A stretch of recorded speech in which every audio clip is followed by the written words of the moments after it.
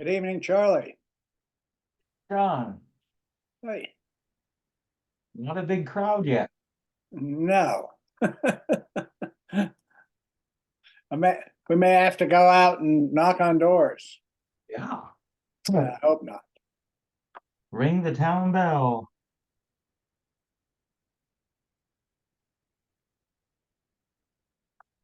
Yeah.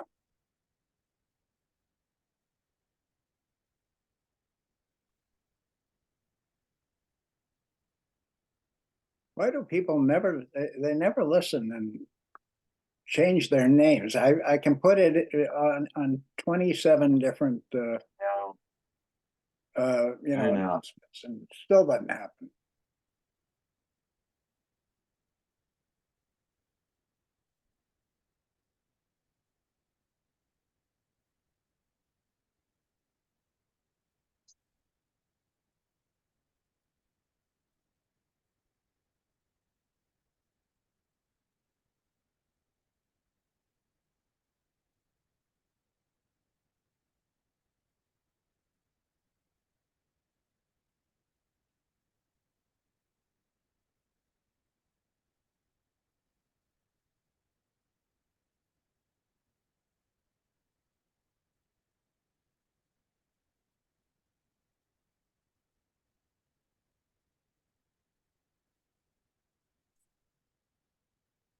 I need someone from the Board of Supervisors of Elections to, I mean, I recognize names, but.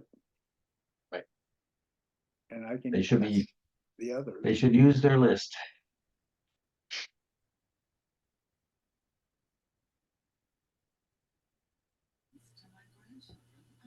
Can you hear me?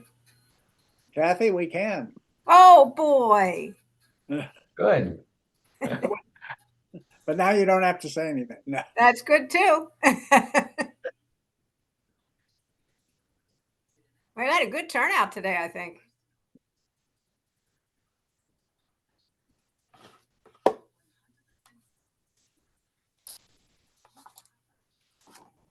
I've got a Paula. Who the heck is Paula? And they still don't allow you to message waiting room. Yeah. Please.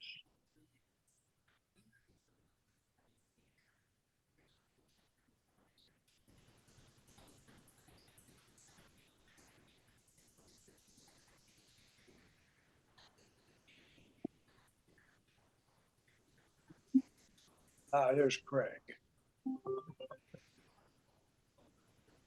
Don't. Me.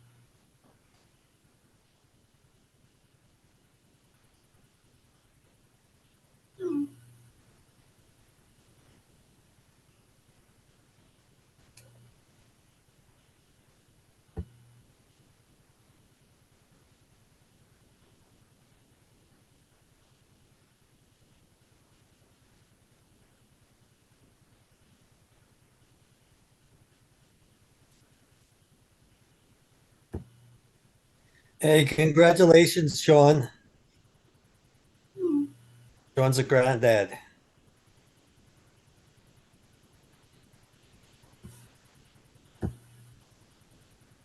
but he's not speaking. I can't hear you, John. Yeah, of course, I'm muted. Charlie, you want to help me out? I can make you a co-host.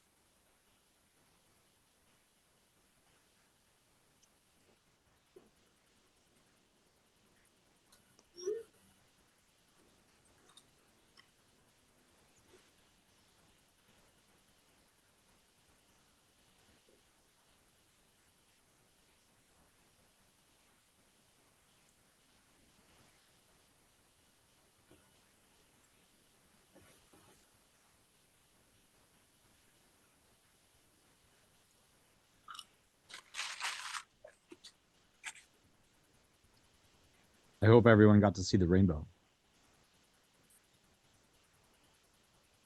No.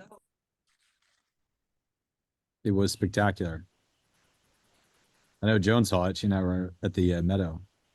Yeah, I saw it, Sandy. It was beautiful over the field, huh? Over the meadow. Yeah, Yeah. really amazing. It was a double rainbow, actually. Oh, was it? Yeah. I only saw the one.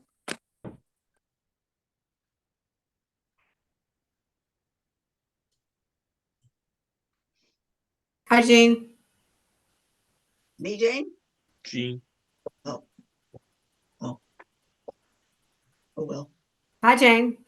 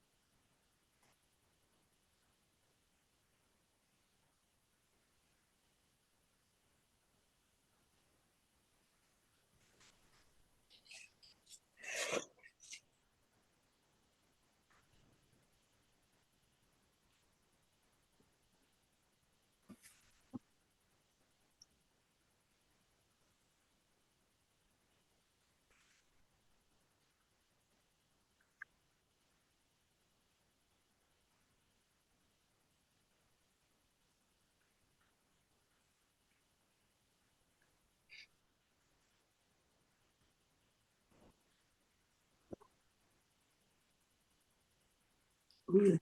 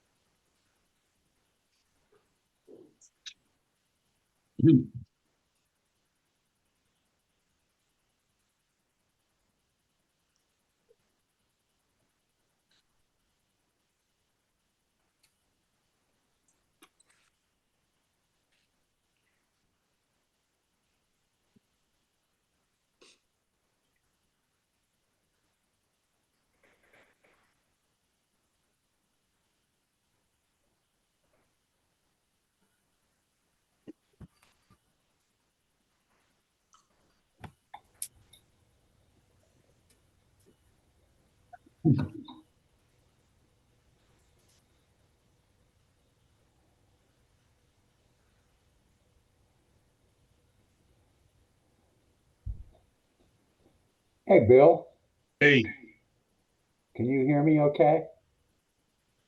I can hear you. Yes. Good, okay. I was just noticing it's past 8 o'clock. Are we working on Grove time? Must be. We're always working on Grove time. How many How do are we you, have? John? 51, 52 Connections. 51. 52. Okay. 52 now. Yeah, yeah. Good. Connections. Yeah, that's right. Multiple people on number of them. Right.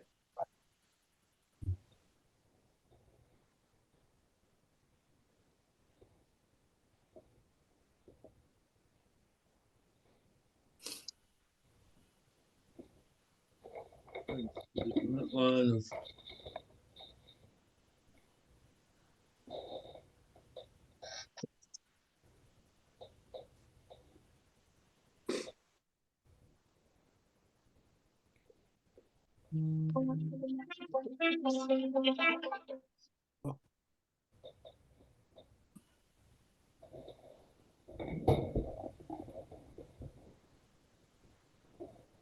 can't.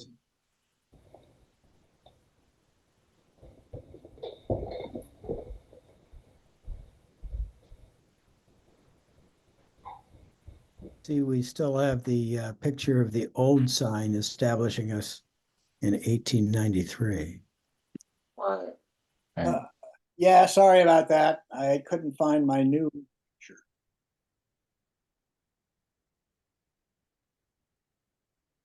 The one over by Daylily is actually peeling the addition at the bottom.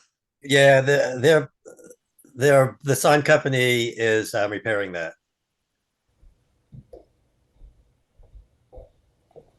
There's that. My nerve.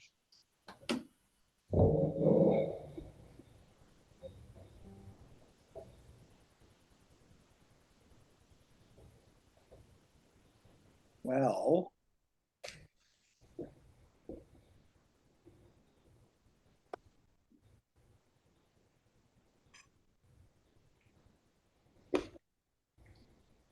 I suppose. Wait.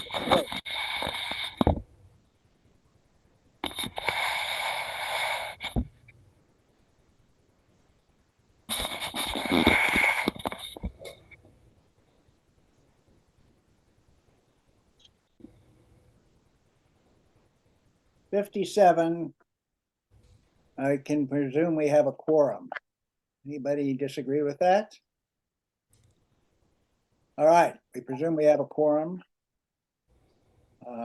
So let's start the meeting. Welcome to the 88th Annual Town Meeting in Washington Grove.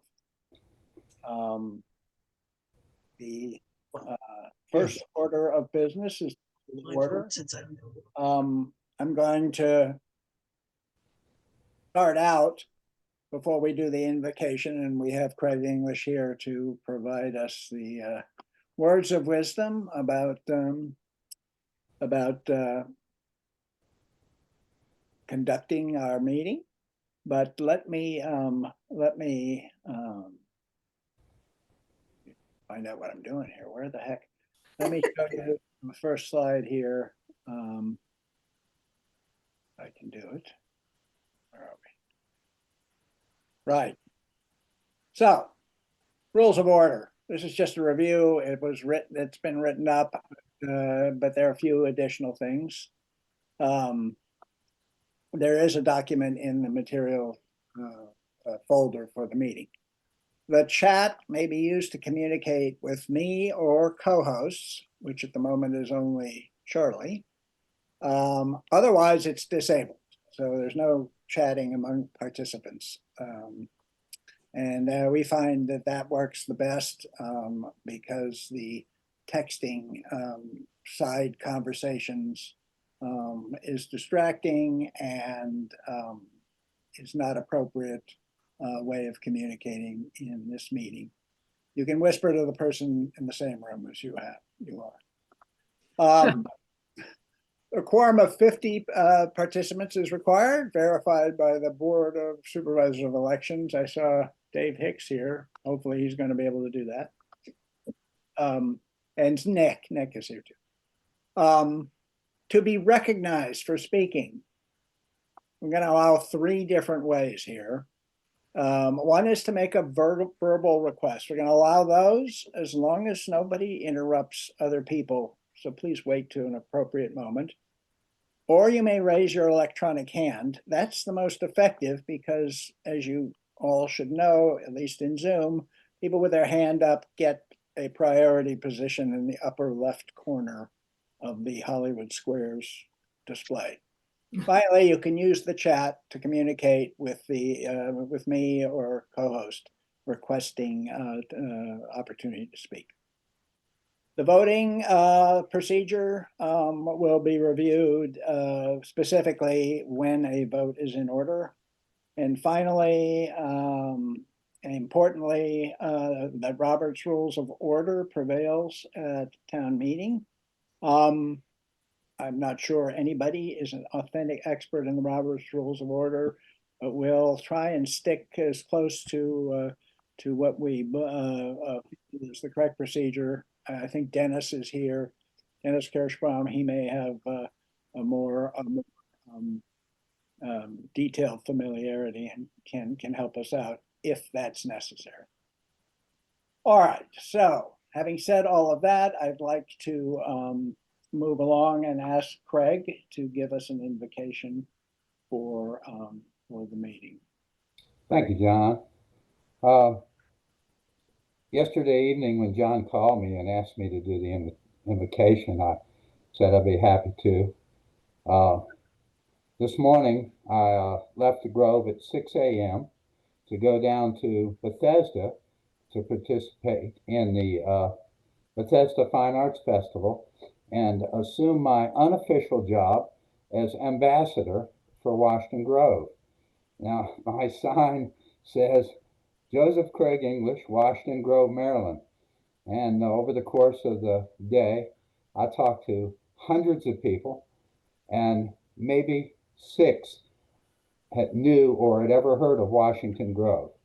So I had lots of opportunities to talk about what a wonderful place Washington Grove is and what makes Washington Grove unique and special. And I think what makes Washington Grove unique and special is that the people here care. And you can say a lot about the country atmosphere. You can say about the insulated quality we enjoy here of small town life. But I've seen more and more in my almost 50 years of living here that people are genuine and that they care and that they help each other. And so that's what my invocation is going to be about. Now, in John's defense, he didn't know I was going to sing a song for the invocation, but I'm going to. and it expresses my feelings about Washington Grove.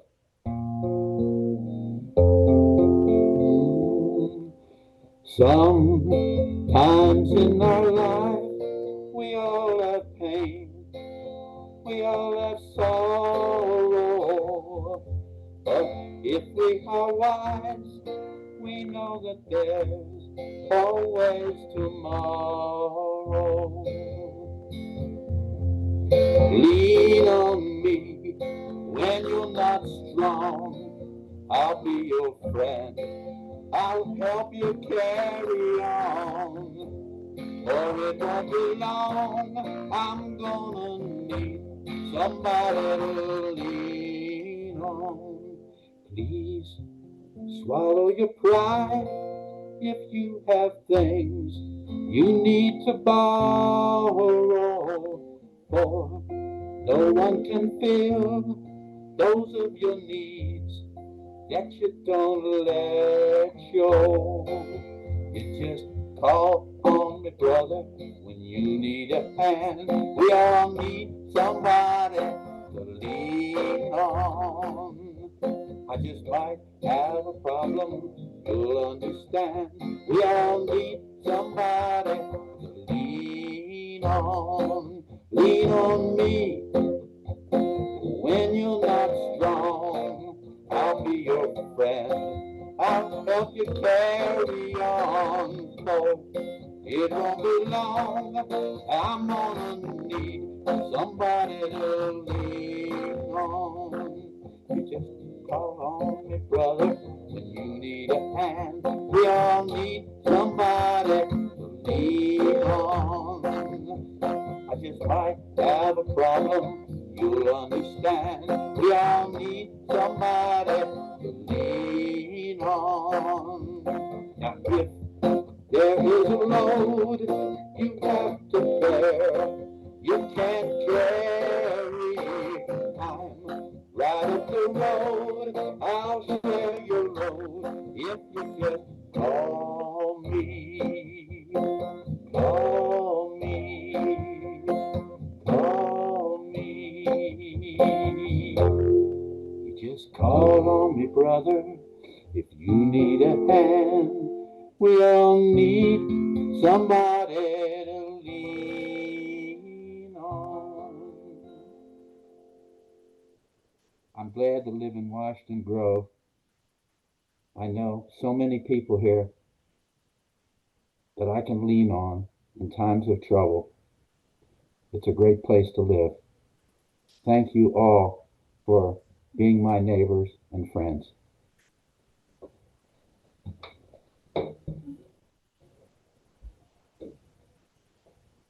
Okay, Craig, thank you so much. Don't give up your day job. I won't. Jeez.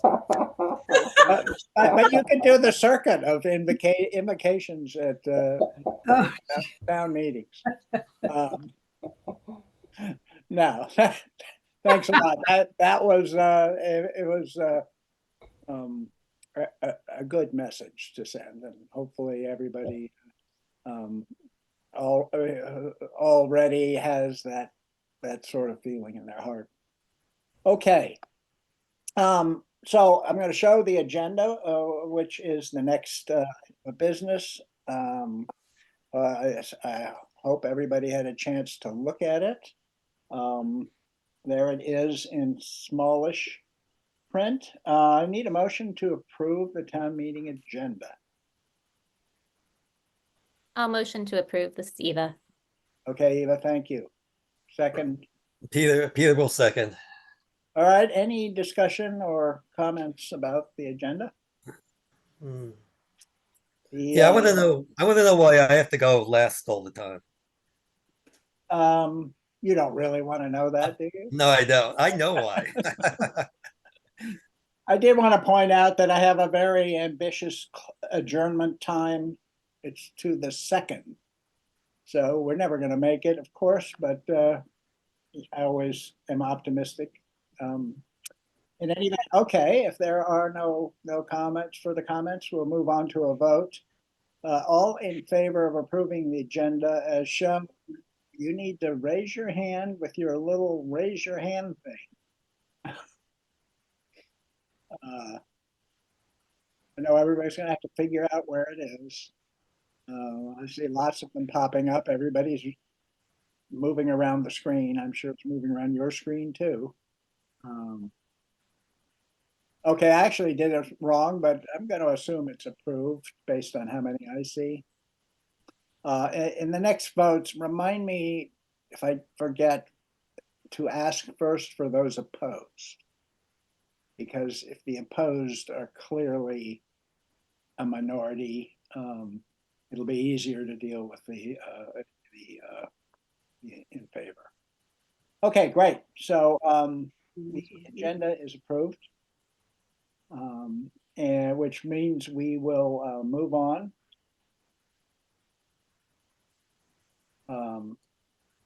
to approve the minutes. Now that's up early in the agenda just to get some business out of the way. The minutes didn't go in until yesterday, I think, for last year's town meeting. I hope everyone took a look at it. It's a pretty dry account of the business that was conducted. But so I'll now need a motion to approve the minutes for from last I'll year. move, Mary. Mary, I'll thank you. second. This is Eva. Okay. Anybody have any comments, corrections, additions? Last year's minutes.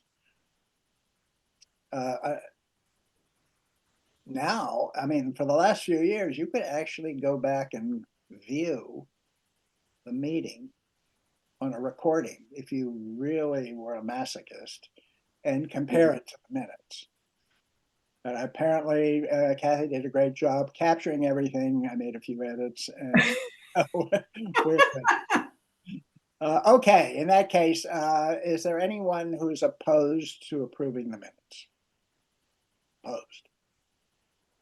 All right, in that case, I will assume there aren't 65 abstentions, so minutes are approved. Thank you.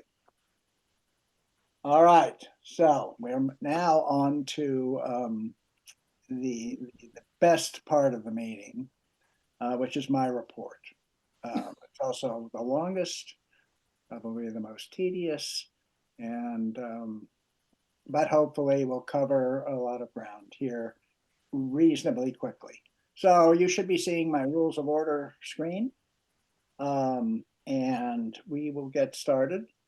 The first order of business, and among the most important, is to recognize all of our employees of the town who keep the operations of the town going, if not day to day, at least all the nitty gritty things to keep the office going. Of course, Kathy, our town clerk, keeps the office open. I don't need to go into everything that she does. And Jean Moyer, who is the treasurer and has a lot, is the next most knowledgeable to what's going on. I probably am third or fifth or something like that in town. So Jean is, I consider Jean a key person, and we're really lucky to have her. She lives in town, of course, as does Kathy. All right, we have some other employees. I call them still employees. They're contract employees. Our archivist, Pat Patul, has been our archivist for a whole bunch of years, converting records and of the town, archiving them so that we have them online and organized. And records management officer as well is Marilyn. She does a lot of the hard copy stuff, and is also our She's our IT person. Yeah, our software IT person to help out when the inevitable snafus of computers show up. So that keeps things running day to day, hour to hour. All right, I've got in here our webmaster, Christine Dibble, who's also been a town councilor. Everybody, I hope, uses the website, frequently, and can appreciate that it's now pretty attractive, in my opinion, easy to use. And the most difficult thing, it's pretty extensively up to date. That is a challenge for any website, but for a town in which we have things happening. So Christine has devoted lots of hours, and she's very good at this, and we're lucky to have her. So we'll come back to Christine a little bit further in the meeting. We have John Klinger. We're down to just John doing the audit and financial review. So we'll call it a committee in quotes, but he looks over the books monthly to as a check to ensure that all of the accounting and financial affairs are in order. Thanks to John. All right, then we have your elected town council. This is the current town council. We have a new individual down here, I see.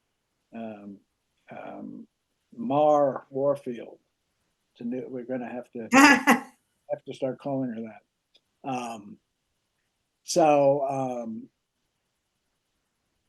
That's the council. And then we have appointed commissions. The Planning Commission, where Georgette is the chairman. Jonathan Dale has been a member up until, I probably misspelled his name there, up until this month. He's going to step down, and the council will be looking at appointing, and I will be looking at appointing a new Planning Commission member. Peter is the town council representative for the current year. The new council will decide who will be for the next year.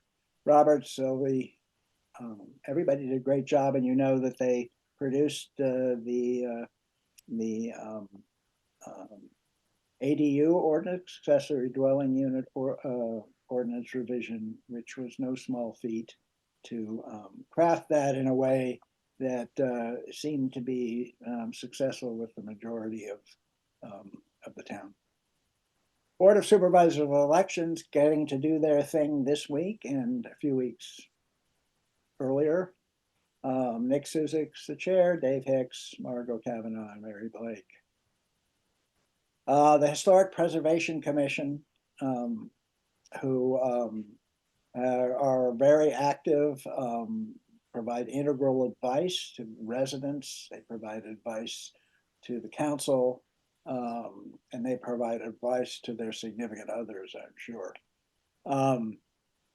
So this is the current composition of the Historic Preservation Commission, and I for one am very grateful that they're willing to put in the time and effort to address the pretty broad, almost nothing that goes on in town doesn't have a connection to either our history or retaining our historic character. Hey, John, did you lead Sung off the Planning Commission? Or Georgette can speak to that. I think he should have been mentioned. Yeah, should have. No, I didn't leave him No, off. He hasn't been. He's the alternate. He's an alternate. You're right. Yeah. Yeah. Apologies to some. And along those lines, John, Samantha Suzic is now the alternate. Yes, but I have, sort of recognizing the year. You're right. I should have had her on as well. All right. If I get a break, I'll fix that. Board of Zoning Appeals, which hasn't had any issues in the past year, is currently composed of Sat Amagai, Carly, and Kathy Evans. Also appointed was the Shared Use Pathway Committee, Liaison Committee. Members are here. Wendy may no longer be a member. Unfortunately wasn't certain I left her name on. She certainly has been a member and been active. That's correct. She's not. Earlier, probably in this fiscal year, so. But we'll hear more about the shared use pathway further on in the meeting. Now we come to the town's volunteer committees, and I'm gonna recognize the chairs.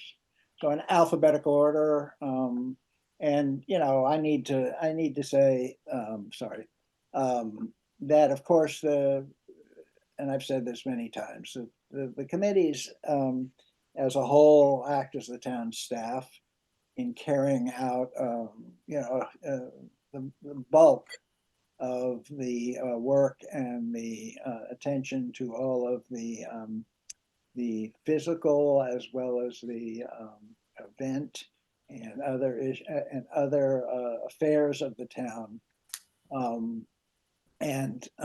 The town has operated with volunteers on committees for decades, and it has worked well.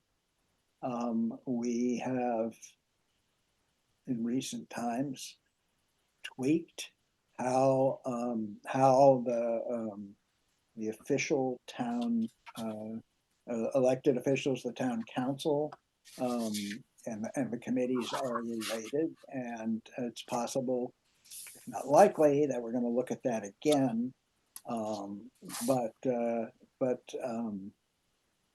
I have said many times that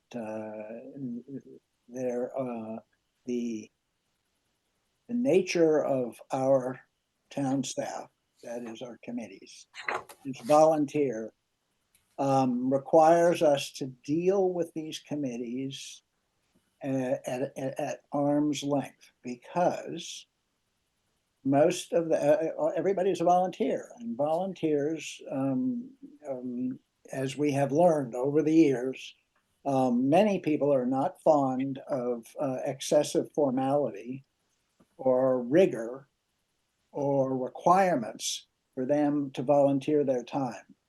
And so we have arrived at the current system, which I think is generating a fair amount of volunteerism.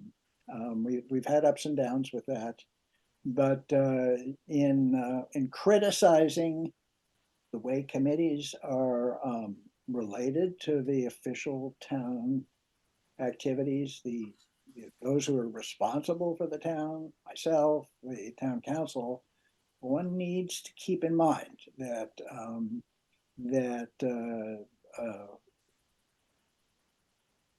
the functioning of the town overall, with the committee structure, with the way it works, has been spectacularly successful, and any adjustments need to take that into account, so we do not interfere with how important all of these are.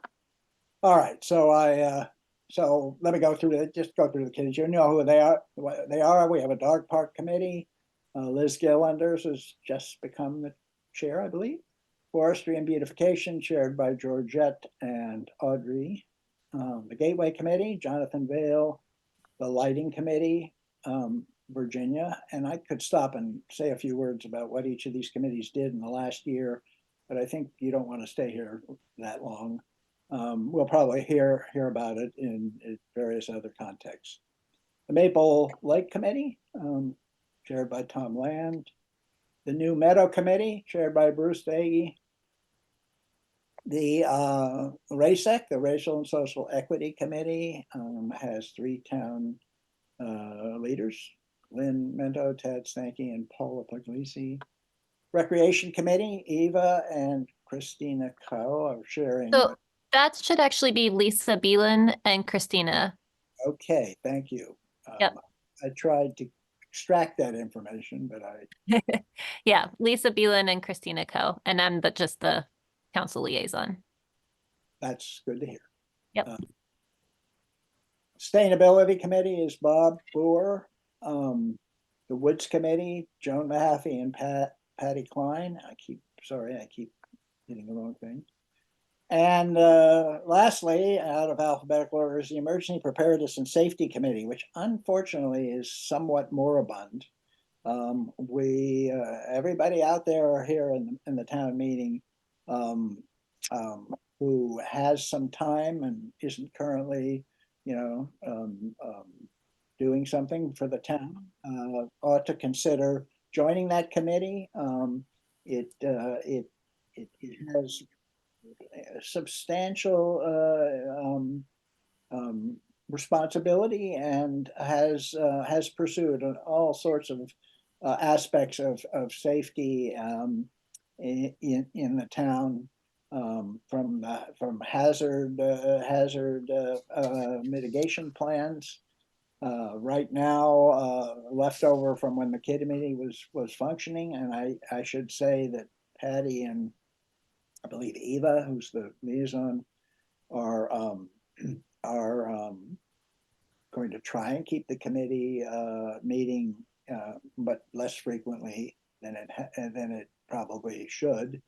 But we're trying to determine what the hazards are, any specific hazards, or at least the process should a train derailment occur with hazardous materials. The main responsibility for that is in the emergency response teams of the county and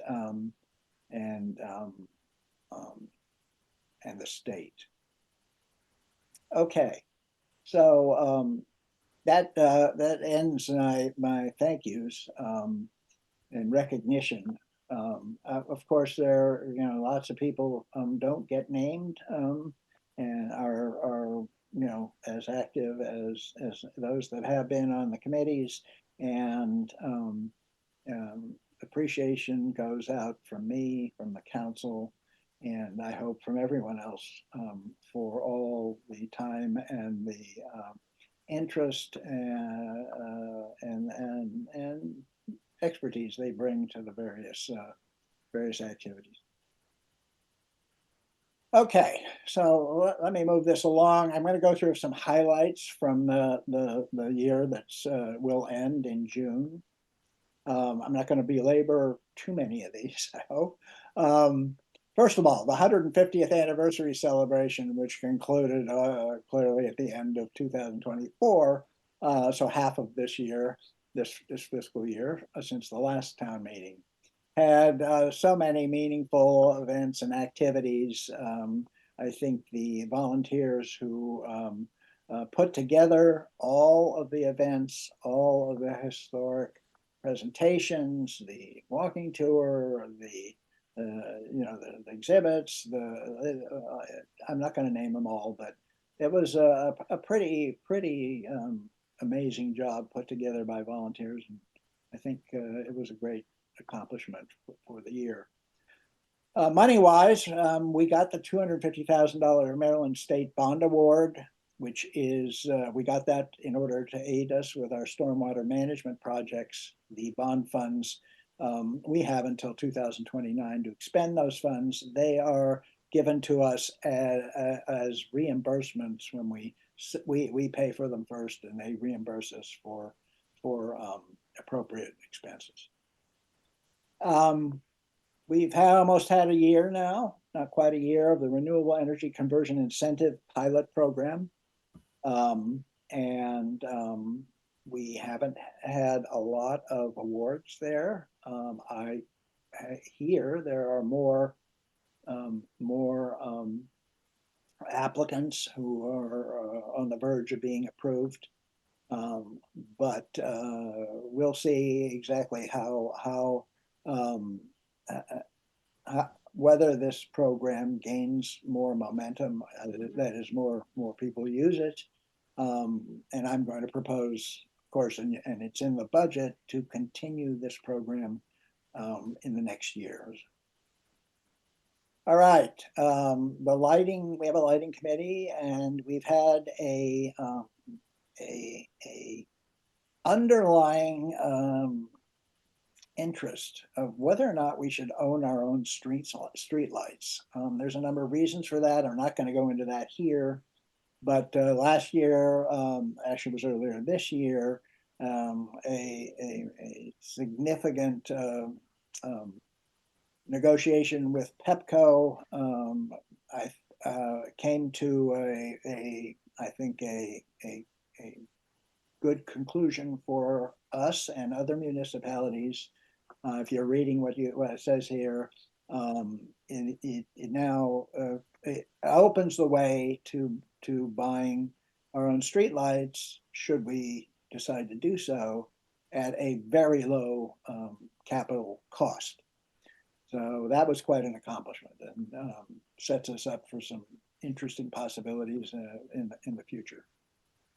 Of course, the transition to no-fee post office boxes occurred since last May. A few hiccups for a bunch of you out there.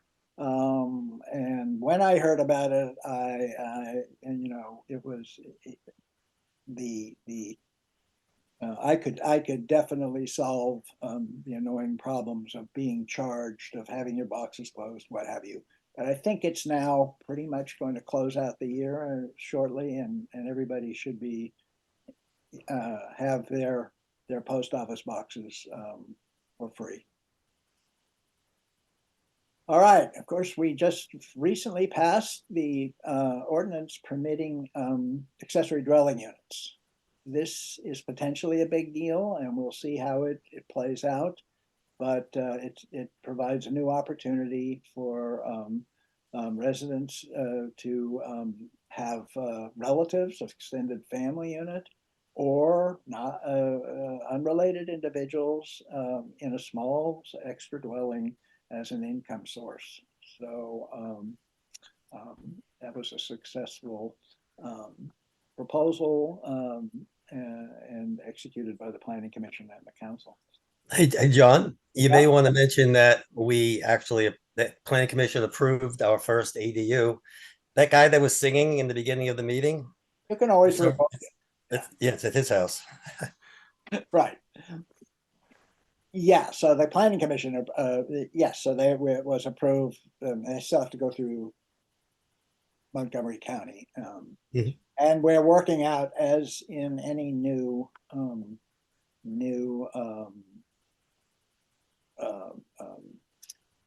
construction zoning where the county is involved, even when it was just us, we need to work out any kinks in executing and the ADU ordinance here as Washington Grove expects it to be, which is not exactly the same as the county's expectation. So, right. Continuing, we have a couple things with the stormwater management. So we successfully put together an RFP to get we called it the Comprehensive Stormwater Management Plan last summer. We received a report from Soltez, and the aim of that was to advise us on what sort of infrastructure and maintenance and installations would work in town to help control stormwater runoff west of Grove Avenue, not the whole town, but west of Grove Avenue, and all of the water which runs into the West Woods, where we have as everyone should know, a major problem, which is big enough that it will require some funding and an approach that we haven't yet addressed completely, but we now have prospects of doing that. We'll get to that in a bit. And just recently, we finalized a stormwater infrastructure maintenance RFP, which is now out for bids. And that is the result of this earlier comprehensive management plan, stormwater management plan. So this proposes some specific work, and Patty Klein's going to give a review of what that RFP proposes, what work we are requesting interest and costs on. All right. So that looks like the end of last year. So let's quickly move on to the coming year. Back to stormwater management.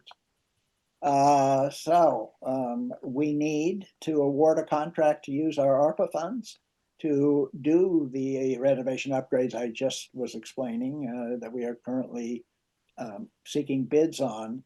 And the funds need to be committed, where committed equals a contract signed by the end of this calendar year. Also in stormwater management, and this is not known by very many people in town. This is a new development. We are going to partner with the Montgomery County Green Bank to implement what they are calling climate resilience pilot program. They have received funding to work with smaller municipalities, such as Washington Grove, to help with climate resilience, which spans a variety of things. In our case, it's flood water due to excessive rain and damage there too. And they have approved a pilot program with us. It has three components: the Westwood restoration study, what I mentioned earlier, where we need to look at exactly what sort of solutions will stabilize and preserve the West Woods from stormwater. The stormwater flood management strategy execution, that means executing any of those recommendations. And lastly, which they are interested in and which could be a big benefit to residents who need it, stormwater management flood management assistance program for Washington Grove residents. This could be in the form of low interest loans, grants, and other things, but this would be through the town for application for the use of residents on their own properties. So this is just getting started literally last week. In sustainability, as I told you, we'll continue the renewable energy conversion incentive pilot program for another year, and evaluate how successful how helpful it is in reducing the town's carbon footprint and helping out residents with their heating, cooling, and vehicle. Shared use path, the Washington Grove connector. We're going to, when I say we, I mean me and the shared use path committee. We're going to continue to monitor the Montgomery County Department of Transportation progress on the connector, and we are hoping to get it construction started by the end of fiscal 2025.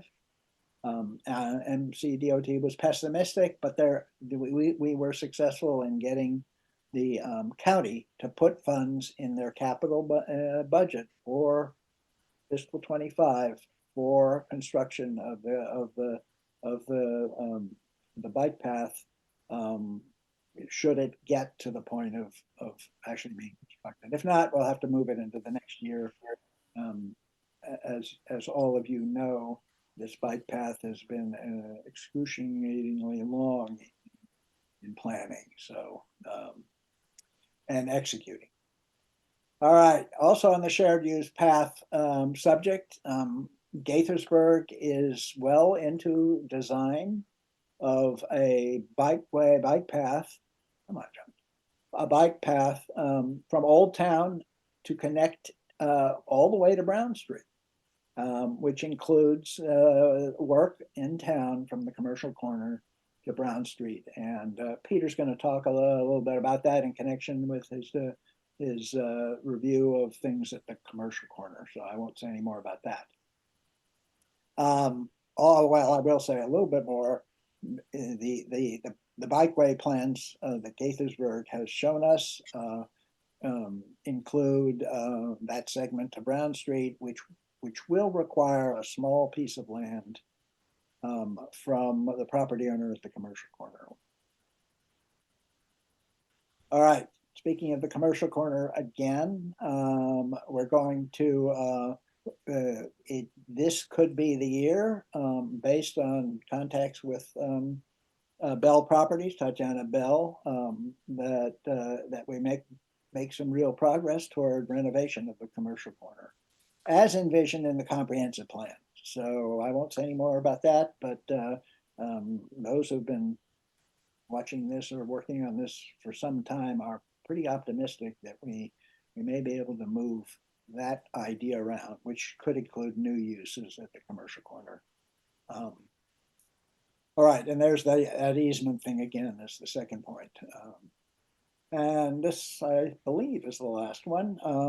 So this meeting is being held virtually because I believe, and three of the council believe, all of the council believes that that the virtual meeting attracts more attendance than an in-person meeting, and that's because you're able to be in your own comfort of your own home and yet participate in the meeting. We like to be able to get back to in-person meetings, but we can't do a hybrid meeting without the technology and some experience. So again, this year we're going to try and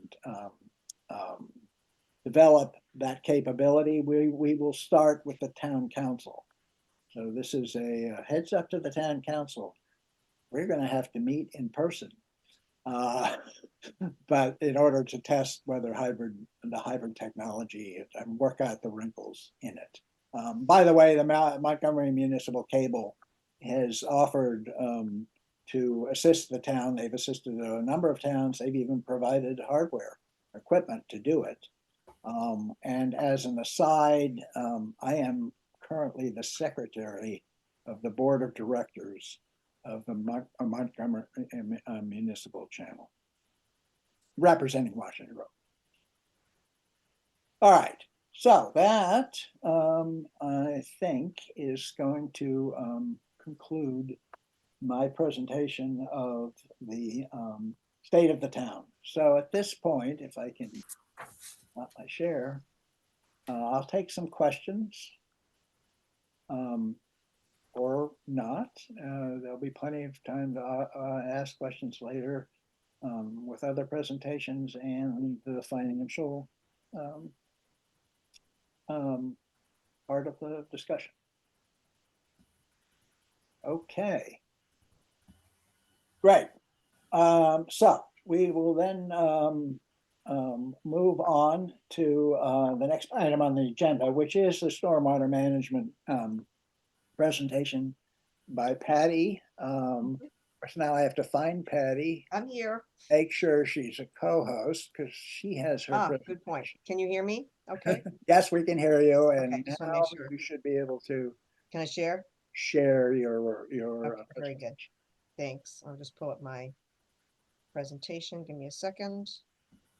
And oops, sorry. Let me go into speaker mode. There we go. I hate when that happens. There we go.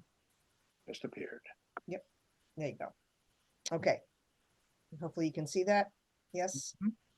Okay, lovely. All right. Well, to be mindful of time, John, you thankfully done a pretty good background introduction. I'll just kind of go through some more updates.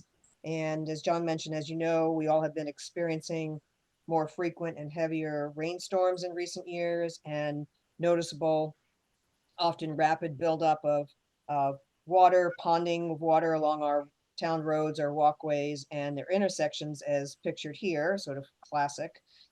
Starting about 5 years ago, though, there was a group of town residents that began looking into stormwater management and mitigation options. So it has been kind of going on and off for a while.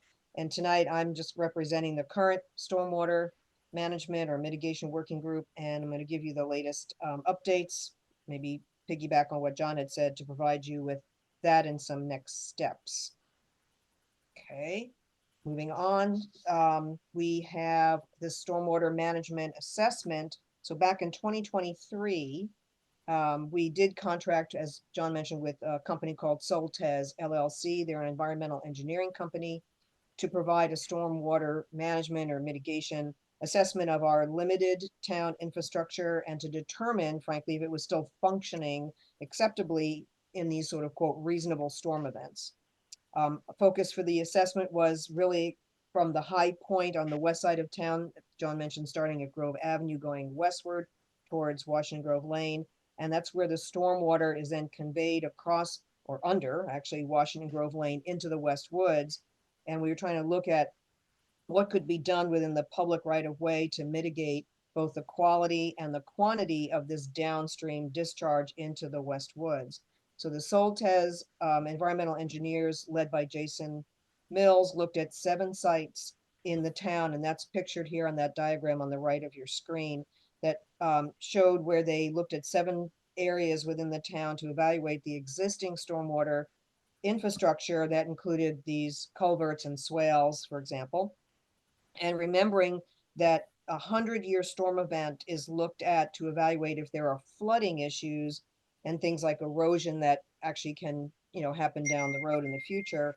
The 10-year storm is generally looked at to look at storm drain systems to see if they're adequate to convey proper amounts of water. So just kind of keeping those timelines. So that assessment report in 2023, their recommendations came down to a few items. The existing facilities that we have need to be inspected and maintained. Some of them are asphalt swales, which actually need to be upgraded to what we're calling bioswales. I'll talk about in a second, and even more efficient inlets.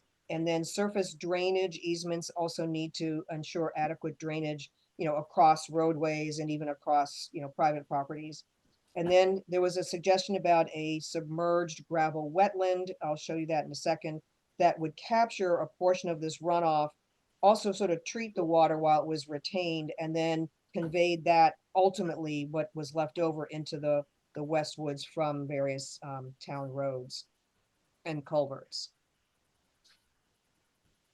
Let's see. Okay, so here, this is just stepping back for 1 second. In 2022, so the year before that, we had already contracted with Soltez and Jason to first conduct the stormwater damage assessment in the West Woods. That, frankly, from the Woods Committee perspective, that was kind of our emphasis, is to figure out what the heck was going on there, from both increasing volume and velocity of stormwater drainage into the woods that was coming from town, from Washington Grove, from Town Crest, which is just north of us, and also just along the roadway, the Washington Grove Lane runoff. I just want to point out really quickly here for your, if you're looking at the top right-hand corner, that gully there is, and that fence line, that's Maple Lake. Okay, so that's the Maple Lake fence line, and that gully has been getting worse and worse for the past number of years. You can even see in the middle or upper left of the picture, those 2 large trees with their roots exposed. It is truly just etching. Water is flushing through there and etching out the banks. We've also had to actually move the fence line back from Maple Lake. There's 2 little posts there. You might be able to identify metal posts in the ground that are left over from the old fence line that was now being undermined by all this water. On the lower right-hand corner is actually showing, if you happen to be in the woods during a heavy rainstorm, it looks almost like a flash flood situation. That is actually on the other side of that gully, just pouring down in that sheeting water. And that's also undermining tree roots. And actually some trees we actually topped off to avoid them from falling over. On the bottom part of your screen in the middle and to the far left is Town Crest to the north of us. And they have a huge culvert, a cement culvert that comes off their parking lot, which is higher than where we are in the woods. And that's where that chain link fence area is there. But if you notice, if you go to the bottom of the chain link fence, the cement footers have been actually already exposed, and all of that washout in that little section. It used to be a tiny stream. It's now developing into another gully. So that's just, again, things that are been happening for the past years. Jason, I know, even pointed out that over by Maple Lake, that trench and gully there is eroding faster than he even expected it was, and getting wider and deeper. So we had this assessment report done in 2022, and they had short and longer term solutions and recommendations to find ways for us to reduce the impacts of all this runoff in the woods. But the first approach, would be to address the stormwater drainage coming into the woods upstream from the town. So just giving you sort of a little history about, how we've been working through this problem.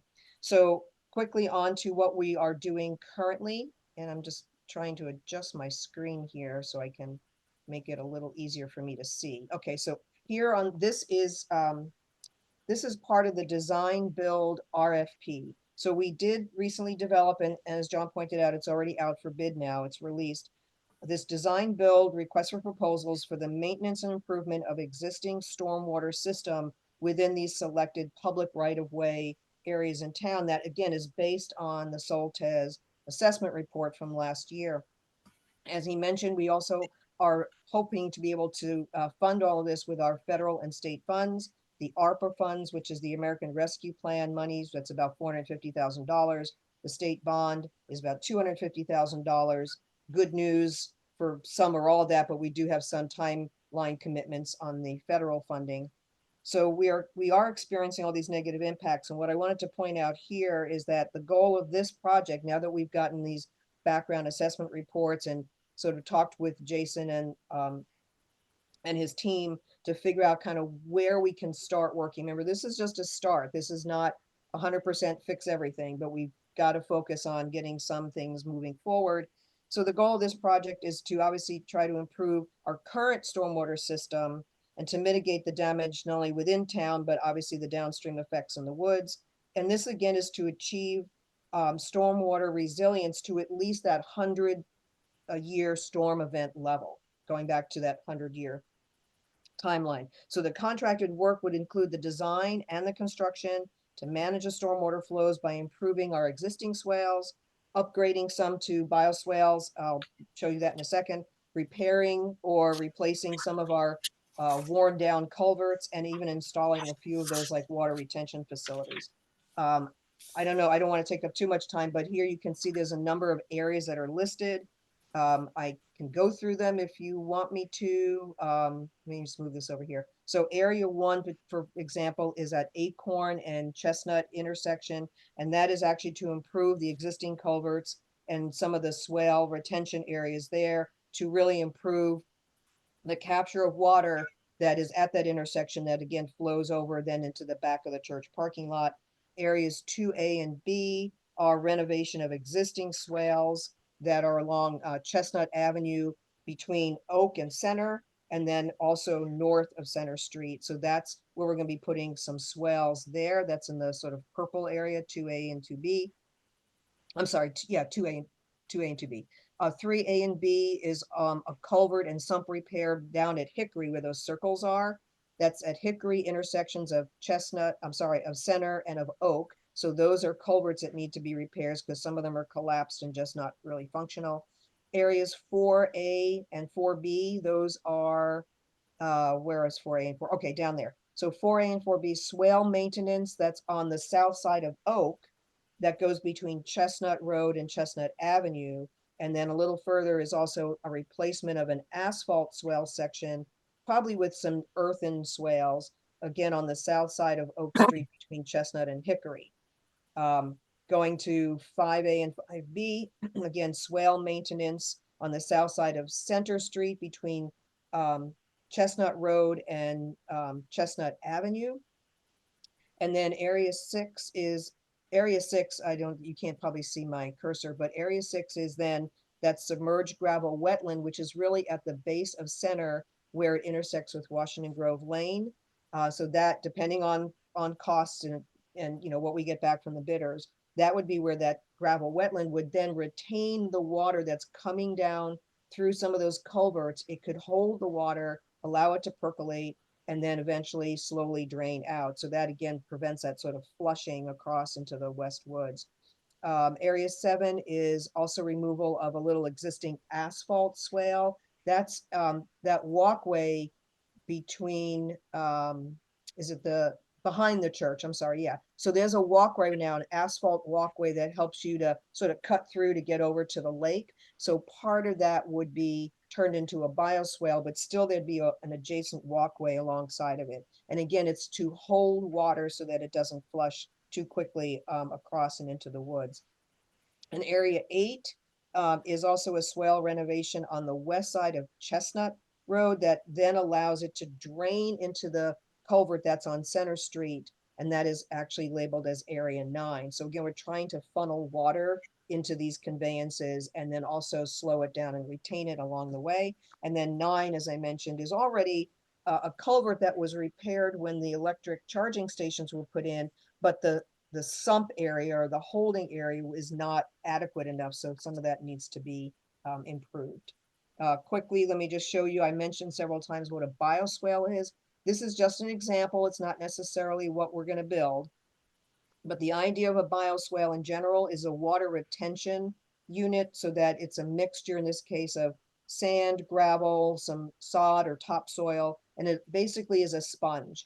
It then allows the water to absorb into that bioswale system. It also percolates some of the water, which helps to improve water quality, and it slows the discharge. Okay. And similarly, I mentioned about the gravel wetland. Again, this is just an example, not necessarily what would be built for us. But again, the idea is that it's a water retention system, and you can actually funnel water into it through, various culverts and piping. Again, it settles out, it percolates a little bit, and then it also will slowly discharge, in this case, either under Washington Grove Lane and eventually maybe into the West Woods. You can also do plantings on the surface, so that would also help with some of the aesthetics. So I think that's about what I've got for an update. I just also want to thank, forgive me if I've missed anybody, but I wanted to thank folks that have been part of this discussion over the years and most recently. So thank you all very much. And since I had the microphone, really quickly, I just wanted to make a quick shout out to the Whetstone Spring restoration, which is in part helping the West Woods overall. And I came across these, certainly the old picture you may have seen before from 1961 was what the Whetstone Spring area used to look like. I found a picture 60 years later in 2022 when we came upon Whetstone Spring in this really silted and overgrown vegetation condition. That's what it used to look like almost a couple of years ago. You could hardly even know that there was a spring in there, other than it looked like it was just kind of soggy all the time. And then thanks to RJ Landscaping, thanks to Steve Wirtz, thanks to folks who helped out, this is what it looks like as of the 150th anniversary this past year. And it is beautiful. It has been completely restored. So I just wanted to, have a moment to appreciate that. And we were just out there not too long ago to do a spring cleanup, and it actually still looks wonderful. It hasn't been vandalized, thank heavens. And so last thing is, we also are looking at, there's another major spring that's actually right behind the Maple Lake, because that was the original source water for Maple Lake. And that is the Maple Spring. And this photo, I don't have a date on it. Perhaps somebody can help me with that, but let's go back to the 1800s, right? This is what Maple Spring used to look like. Obviously, a lot of farmland there at the time. Now, behind the scene here is probably where our lake is. But that remnant of that cement rim around there where the ladies are sitting, it is still very degraded, but that cement rim and reinforcing edge is still there. It's just really in bad shape. So we're going to try to get in there and also clean out a lot of the overgrown vegetation and see what we can do to repair and restore that area. So heads up on that one. And thank you. That's all I've got. Back to you, John. Unless there's any questions.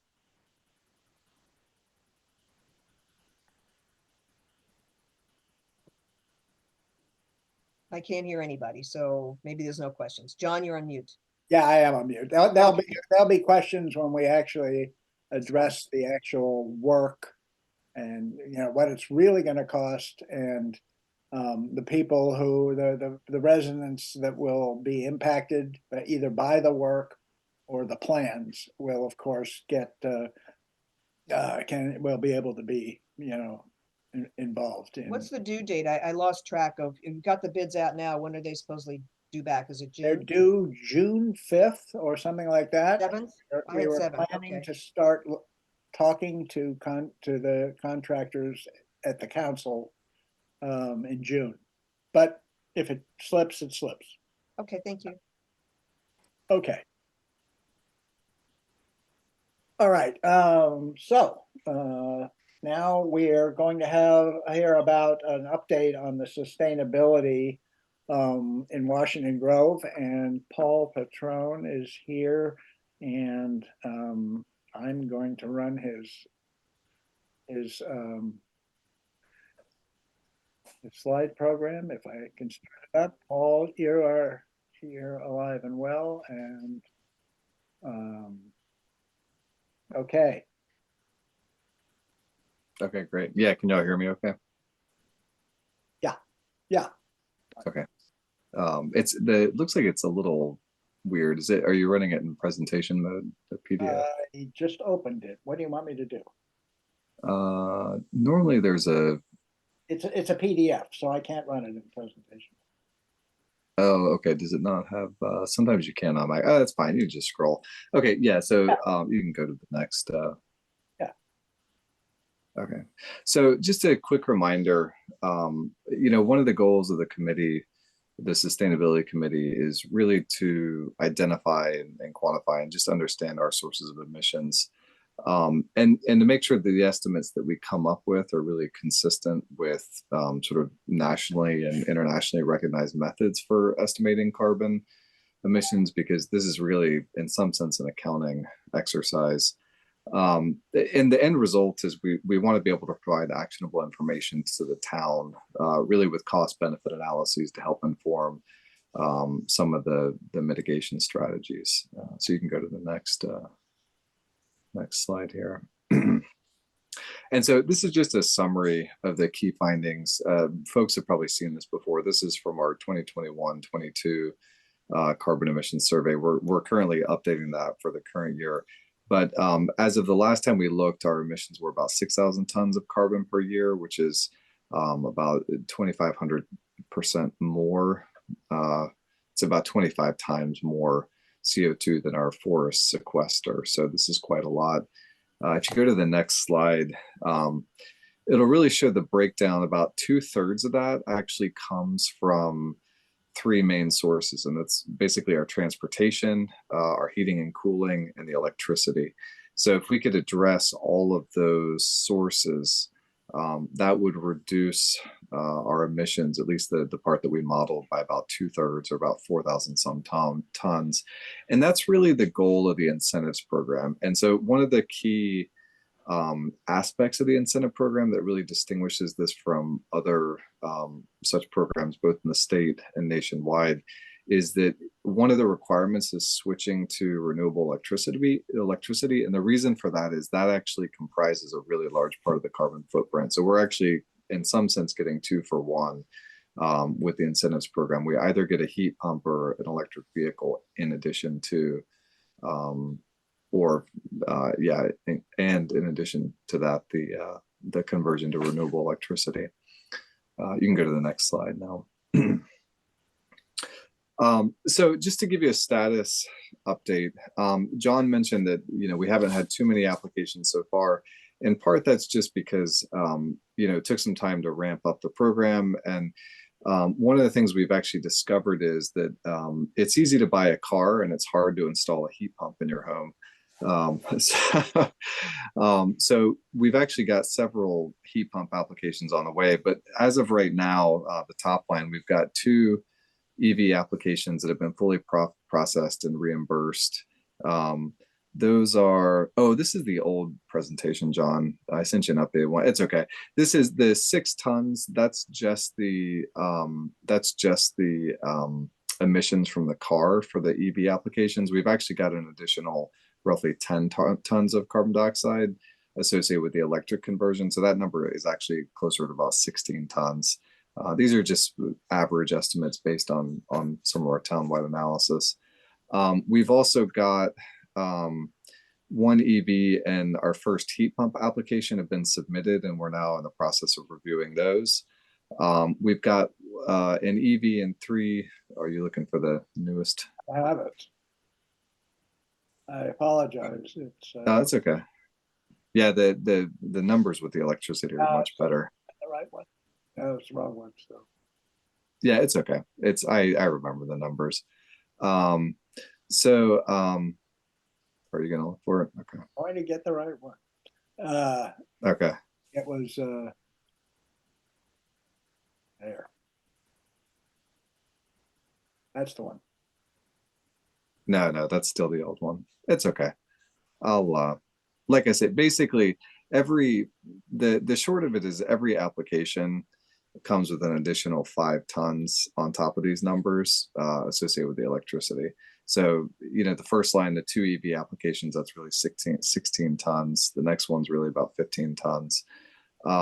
The third line, we've got 1 EV and 3 heat pump conversions. Those are actually in process. So these are in various stages of process where in some cases they've already got the heat pumps installed and we're just working with people to get the renewable electricity converted. That's about 45 tons reduction if you add in the electricity. And then we've got 3 more heat pumps expected this year, which is going to give us about 42. So if you go down to the next slide, so basically it's 38 tons if you look at just the emissions due to the heat pumps and the burning fossil fuels, burning fossil fuels and driving cars. If you add in the electricity, it's not, the numbers aren't here, but it's actually closer to about 118 tons. One of the really cool things that's been happening with this though is that there are far more conversions happening than are actually being associated with the program, or that are there are more there are more conversions that are happening than applications being submitted, because there's some cases where people either don't fully qualify because for whatever reason they didn't quite meet all the criteria associated with the program, or we had one instance where someone wanted to keep an oil backup. So these aren't perfect cases in the sense that they're not achieving 100% of the goal that we want, but we've got several heat pumps and EVs that are happening, without applications, and we've got an additional 4 heat pumps under consideration, where we think there's a good chance that we're going to get those within the next year or so. So if you go down to the, I think just the last slide here. So kind of the summary of this is that we're anticipating a total of 11 conversions this year. Again, it's going to be a 38 tons direct carbon. If we add in the electricity, it's about 118 tons. We've got the potential, if we get all these applications submitted, for about 60 direct tons of carbon emissions. As far as the direct combustion goes, if we add in the electricity, it's actually closer to about 200 some tons. So this is really good. This is actually several percent of our carbon footprint. One other takeaway from this I think is really nice is that Washington Grove and Tacoma Park are actually also leading Montgomery County for some of the Elysian energy audits, which are being used to help people plan out and identify heat pump systems and more energy efficient upgrades for the system. So despite being one of the smallest towns in the county, we are really in some sense leaders in this field now. So that's it.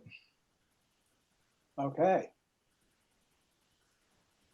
Any quick questions for Paul? I urge you and any of your friends and neighbors to consider whether you would qualify for this rebate. It's not a rebate, this grant. If you went ahead with the plans you were thinking about regarding your oil heat or your gas using cars to electric vehicles. So we want it to be a success. It's not breaking the bank here in Washington Grove, obviously, at this time. And, the Sustainability Committee has made a good case for the town making the effort, finding the sources of resources to move these conversions along. John, I just wanted to add that one of the features that we can do, one of the great things that we can do here in Washington Grove is stack the benefits, both from the town and the county and the federal government and the state. One of the principal things for the heat pumps is that most of the houses in town will qualify for tax credit money from the Maryland Historic Trust. It's a little bit of a ponderous process, but it's a lot of funding. Right. Good. All right. Next item on the agenda is a good fun time of for me anyway. And if I can get my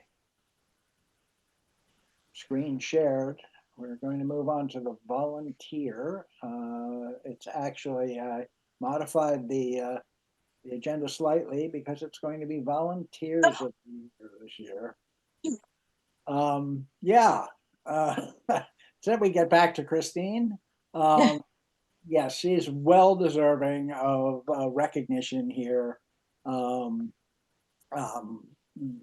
all the reasons I said at the outset, but it's both the time she spends making the website up to date and adding things to it, but of course she's also been creative about it and has been committed to improving its usability. So this is a huge volunteer effort, and while Christine is leaving the council, she's continuing as webmaster, and we really it really has been a significant effort and contribution to the town. And Christine, I personally think I'm very skeptical about websites. We had one for my company. Very familiar that a website can actually be a detriment if it fails to either contain the useful information that users are looking for, or almost as bad, out-of-date information. And that's a super challenge. And I think you're doing a fantastic job trying to keep up with that challenge. Thank you very much, John. And I think I've identified a lot of long-term projects for the next year, aside from sort of maintaining the the news and the updates and that sort of thing. I hope to vastly enhance the search engine, for one thing, which still does not give very good results. And there are a lot of other projects that sort of, behind the scenes that won't be evident to you, but that will make the site run more smoothly.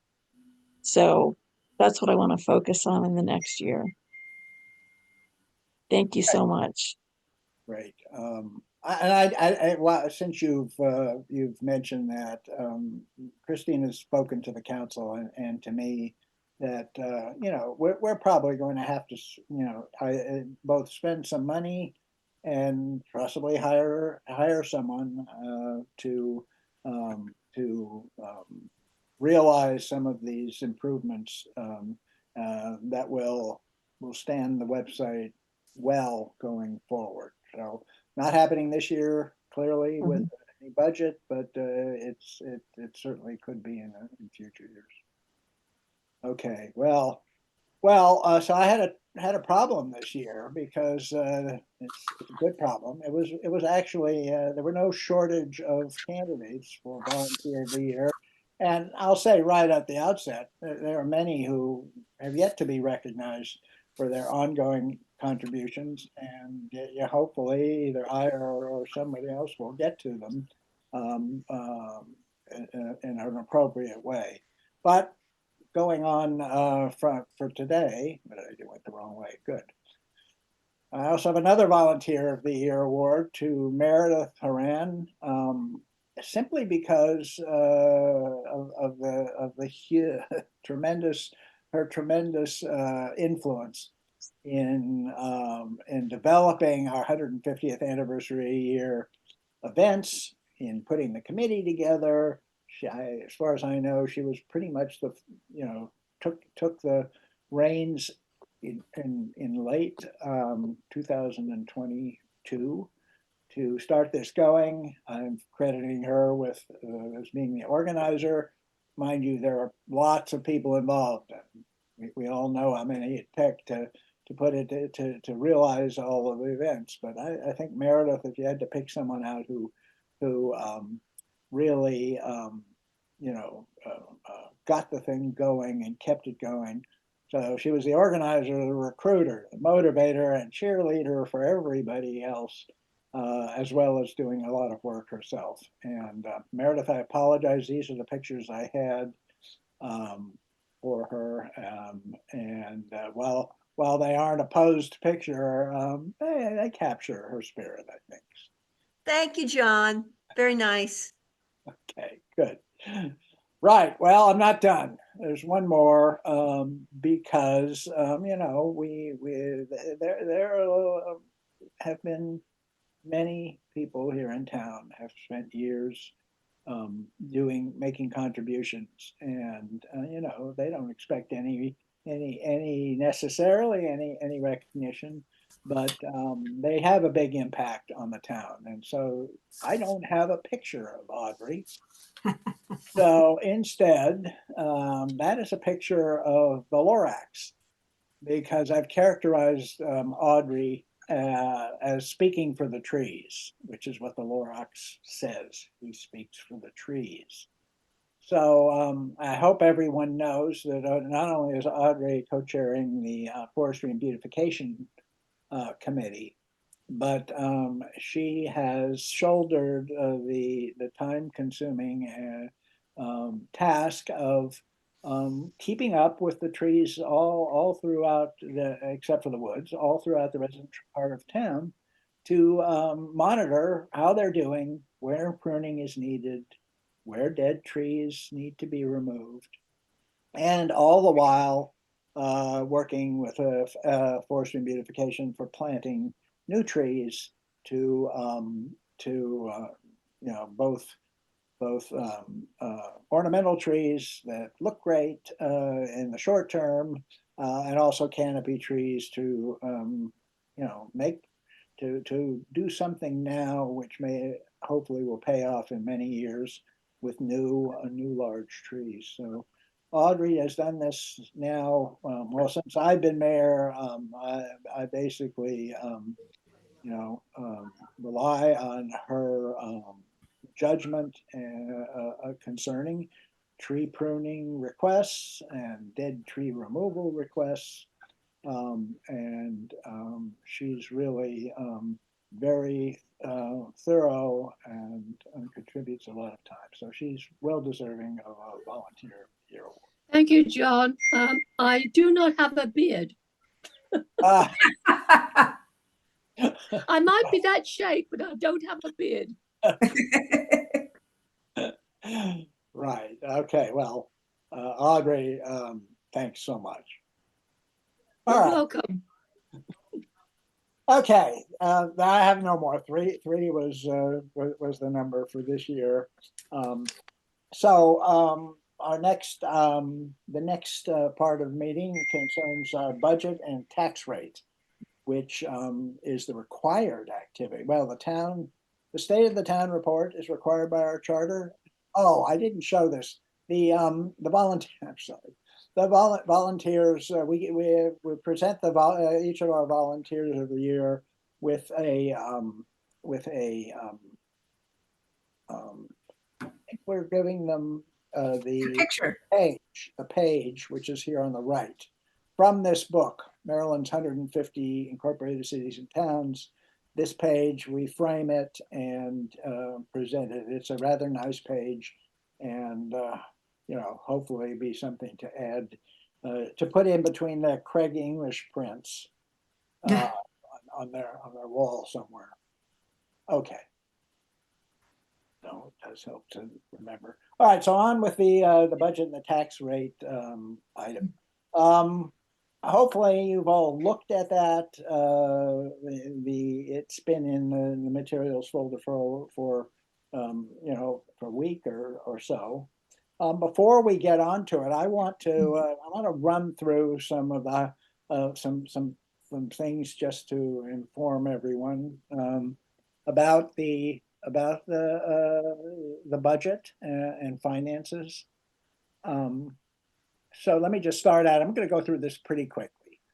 So the proposed revenue from tax assessments, the property tax rate was calculated on constant yield, which ends up with a slight decrease in the per $100 tax rate and raises the same amount of money as last year, $260,000.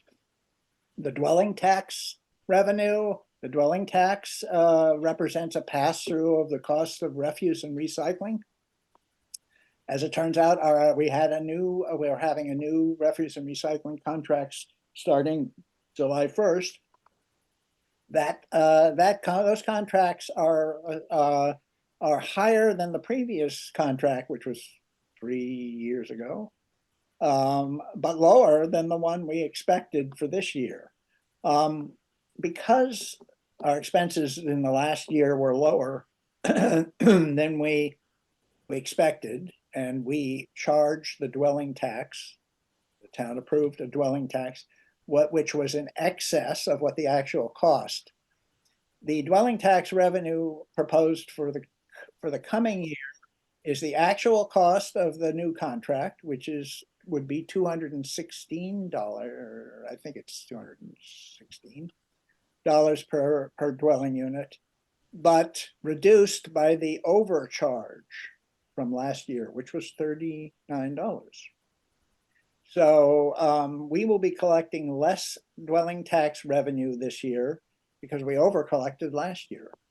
And the amount charged to individual property owners is $67 lower than we charged last year. That's the proposal.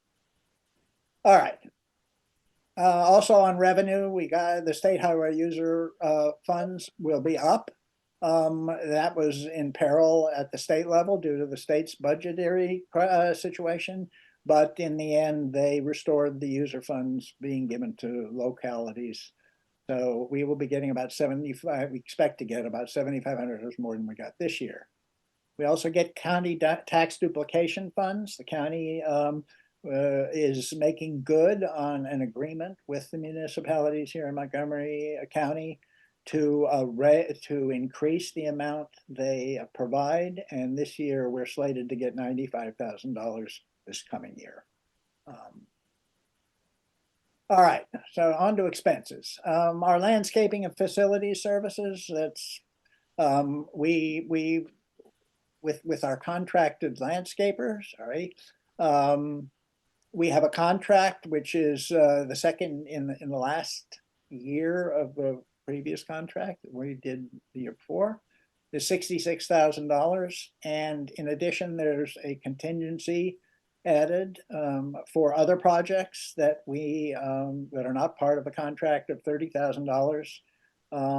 That was the same amount as we had in for the current year and seemed to be sufficient to cover our one-off needs for maintenance and projects.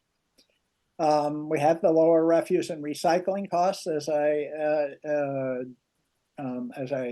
alluded to in the dwelling tax discussion. We just awarded leaf collection costs, which goes for 1 year, but could go for 5 years, and it was actually lower than our previous contract was.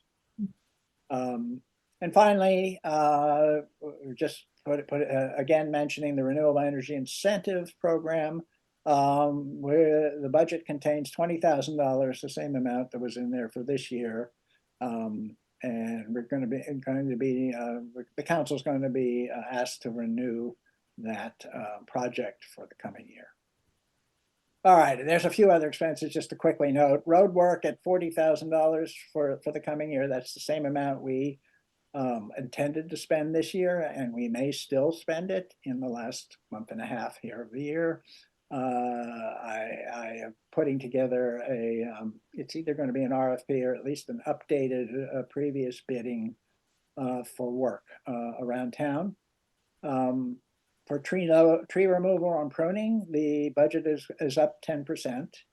As we all know, unfortunately, the trees continue to we see attrition going on at an increasing rate. McCatherine Hall maintenance was budgeted lower because we took care of the leaking pipe problem, which was budgeted last year. Playground refurbishing is a new item. It's the result of Eva's comprehensive review of the playground. There is no money for no money in the budget for a new piece of playground equipment, simply because the effort to identify one and to move forward with it, and to get program open space matching funds just couldn't be completed. So the equipment has been deferred for another year, the new equipment. Maintenance coordinator. We had $6,000 in there for this year, for this current year. But next year we're only going to have $0. That's because Peter Negrod, for his usual rate that he gets for being on the council, as our maintenance coordinator. That is nothing. So Peter very generously and agreeably is taking on the task of coordinating all the activities that RJ Landscapers does around town. It's a large job, but somebody has to do it.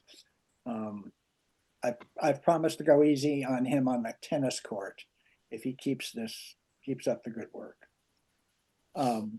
Lastly, there is $5,000 in the budget for the stump carving project. That's $5,000 that it would be matching funds.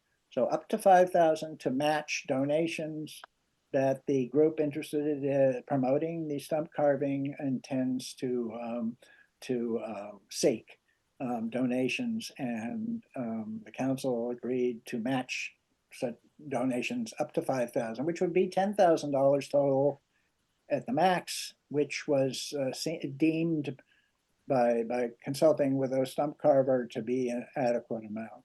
So that's that. Lastly, just a quick review of our restricted capital project funding. You've already heard about it.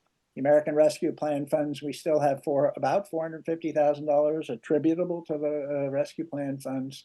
That's interest in the balance, which need to be committed by the end of this year. And we have the $250,000 from the state bond initiative.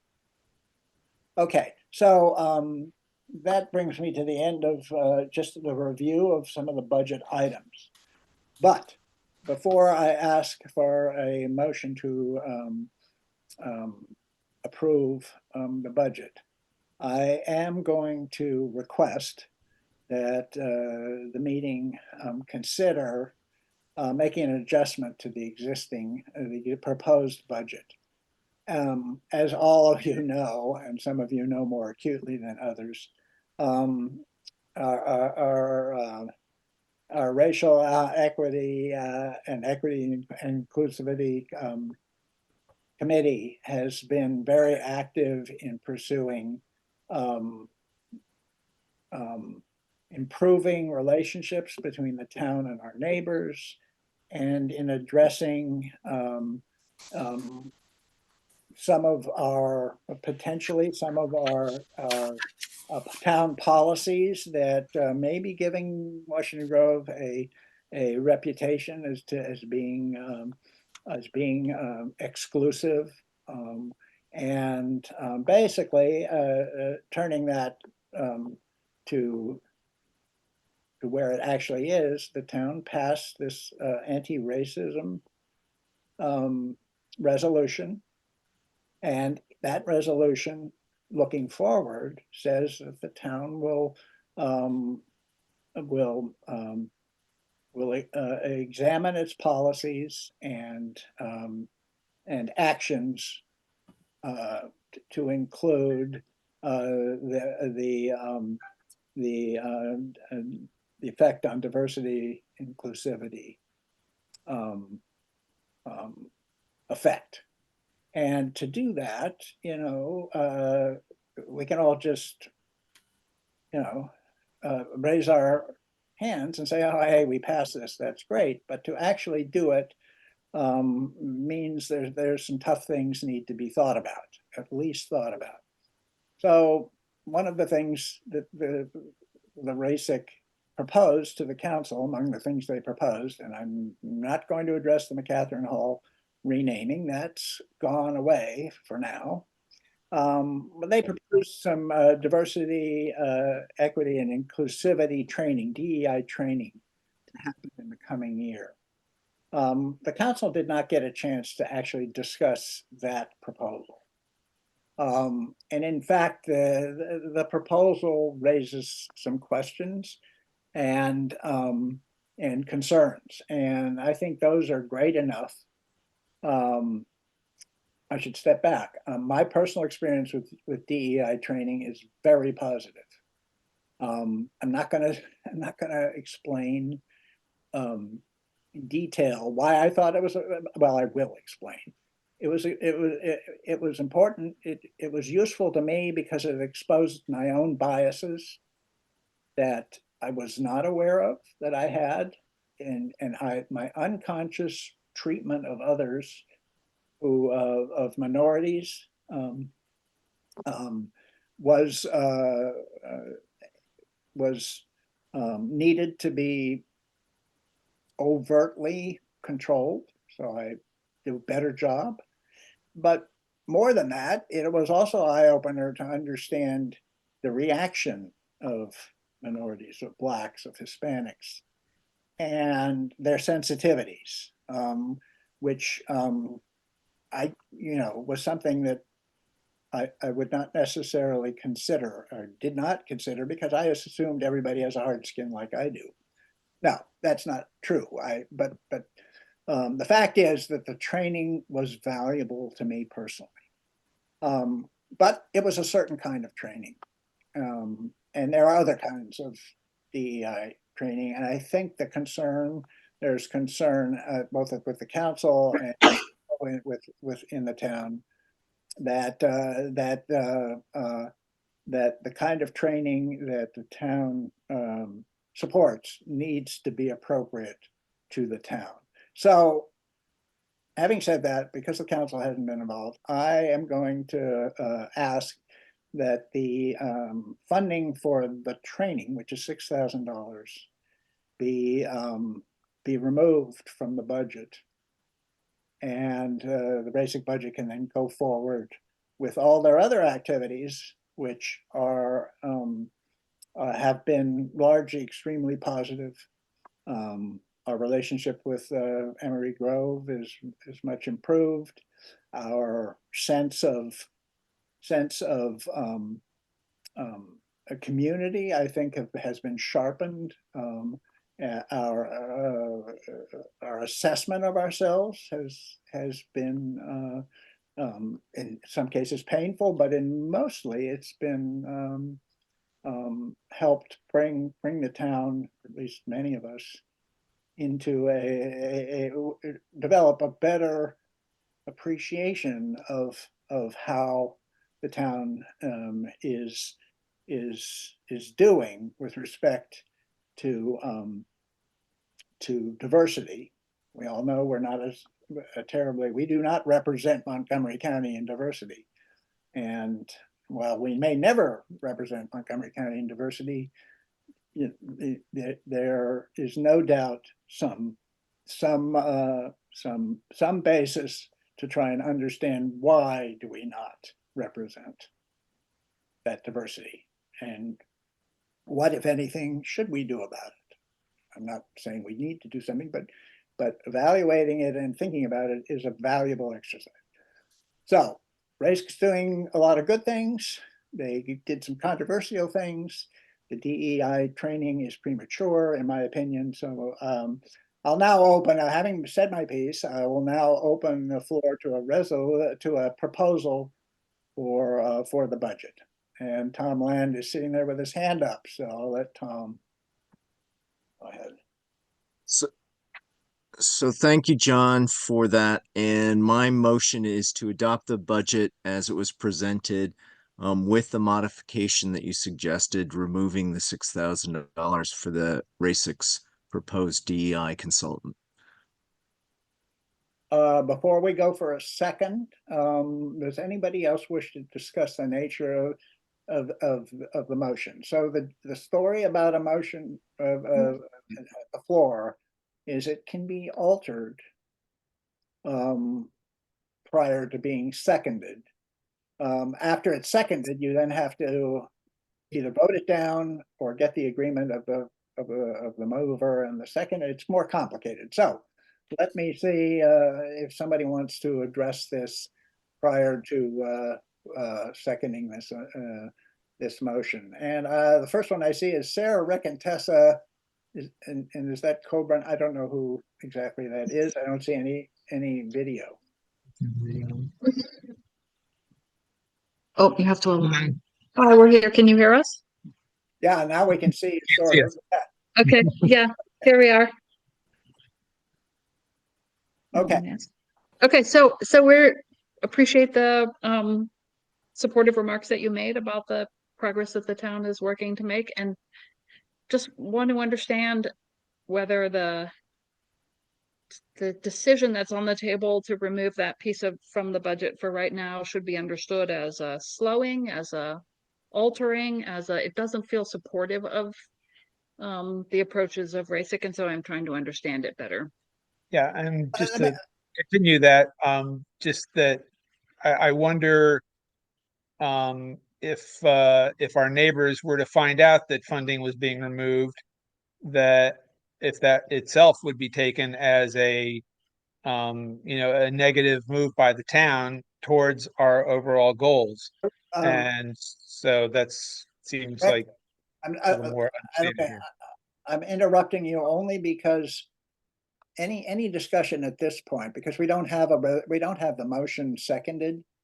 The only thing to discuss now is the form of the motion, not the value of the motion, or whether you agree with it or don't agree with it. And we're going to get to that. So what I'm really asking is, does anybody have any problem with the motion as it was proposed? Charlie. I believe the motion is out of order. We have a process to present and deliberate on a budget as presented by the council. That's stipulated in our town charter. I think your individual opinion might be quite valid, but I think it's improperly presented. There isn't adequate time to give rational evaluation of such a knee-jerk red flag.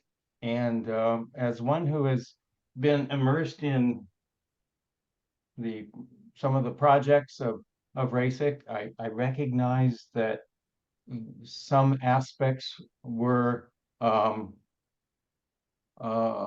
difficult to present because there wasn't a correct balance of some of the information. I'm talking specifically about the name change. So I'm glad that I was pleased to be a member of the RASIC committee to make the motion to withdraw that. But we went through a process, and I think you're jumping out of a committee process in this case, causing angst and pinpointed negativity that would be associated if the town were to remove this money in this short-term process at this time. So I'm pleased there's not been a second, and I hope there isn't one. So let me review what Charlie is saying, and this is exactly the kind of comment I'm glad to get.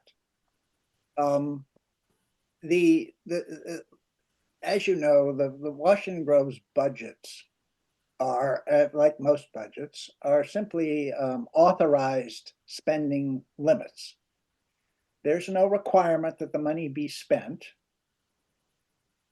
There may be consequences to not spending it. People may not be happy, or someone may be angry.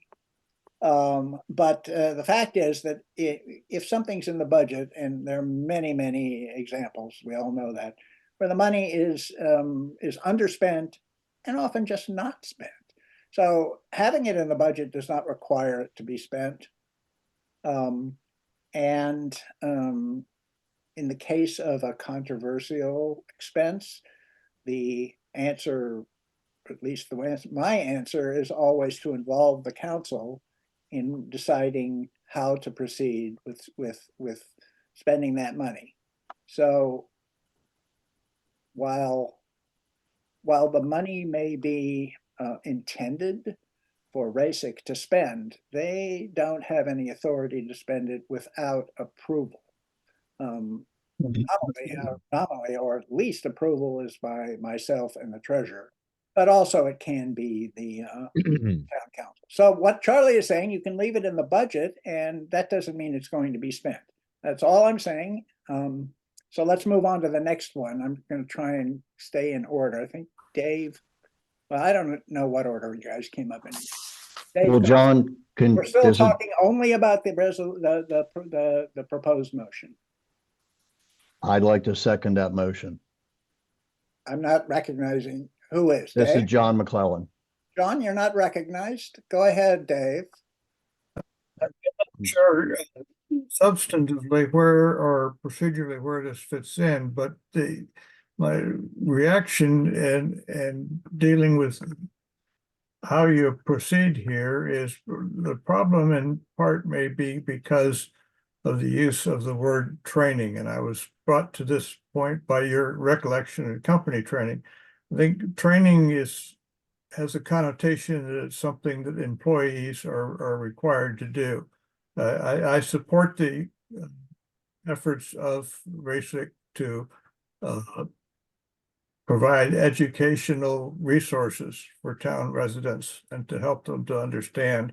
I think training seems to be too compulsory, so that however you come out in this, I would try to find a different title for it. Thank you. All right, I'm just working my way across. I've got Patty, Rob, Gilmore, and then Dennis. And then maybe John McClellan. All right, I assume I'm up next. So Yes. if I heard you correctly at the beginning, John, I thought I heard you say that in the case of this request that was listed in the proposed budget for this committee, that the town council had not had an opportunity yet to review it. All of our town committees were required to submit our budgets, I believe back at the end of February, with whatever items we wanted for this coming fiscal year. And that also was part of the opportunity for the town council to review those requests. There was a budget meeting. And if this was not actually discussed with the town council, then it really should not be on the budget for this fiscal year. I'm just trying to work through this logically as to what we need to do as Charlie in our processes. So it doesn't mean that it couldn't happen later. The other item is that it's also above $5,000, which would require an RFP. So I'm just looking at it from the point of view of what is our process in our town budget. Okay, thanks. All right, you guys are addressing the item directly. I don't really want to have to respond to all of these. If the contract's going to be more than $5,000, yes, then we're going to have to bid it. Nobody's proposed a contract over $5,000 or a proposal that's would be over that. So that's moot. That's something for the future. The fact that the council saw this in this request and put it in to the budget is not the same as reviewing how the money exactly is spent on what was categorized as DEI training. So council cannot be expected to debate every potential expense in a budget until the details of it are brought forth. The council can approve the spending. So the fact that it stays in the budget does not mean it's being spent for in any particular way, because it's all it says is DEI training. It doesn't give you any details. All right, I don't want to belabor that, but let's go on with Rob. I strongly oppose the motion. I think that raising this, singling out all of the various items in our budget, this one item, potentially hiring a D&I consultant, sends a terrible message to, I think, in the town that we aren't really, that we still have a great deal of hesitation about grappling with racial equity and our relationships with neighboring communities. It may be that the town council decides that it doesn't want to spend that money, but if we take it out of the budget, then we're not going to be in a position to do that. And it is true that we haven't had that deliberation, but I don't know why on earth we would pretermit that deliberation now. We should keep it in the budget. We all saw that it was in the budget. There are various items every year that don't end up getting appropriated, that don't end up getting spent, and the money gets deferred. Maybe that will be the outcome here, but we, as the town council, the elected representatives of the town, ought to have that power. And I think again, terrible message. I move under Robert's Rules of Order to postpone this matter indefinitely, the motion. I asked someone to second it. I believe if someone seconds it, that requires an immediate vote. I will second that motion. It's easier to ask the person making the motion to withdraw it. I asked the person making the motion to withdraw it, but I don't, my motion to postpone indefinitely was, Tom, if you withdraw it, that'd be great. But my motion stands and it's been seconded. I think it requires a vote. John, you can't, there can't be a motion to postpone indefinitely when there hasn't been a second on the main motion. No. I'm not sure that that's right. No, that's Okay, correct. There has to be a second to the motion before it's even discussed. That's correct. We've gone a little too far. I thought somebody would just say, no, we don't have anything. Let's go on and second it. Let's just be more forthright on this. Tom, do you want to withdraw the motion? I will withdraw the motion. I have heard the comments and the unusual nature of what I was proposing doing and that you talked about in presenting the budget. And I would withdraw the motion and let the town council in the future take this up, as 2 of the 5 proposals from RASIC still need to be considered by the town council in coming meetings.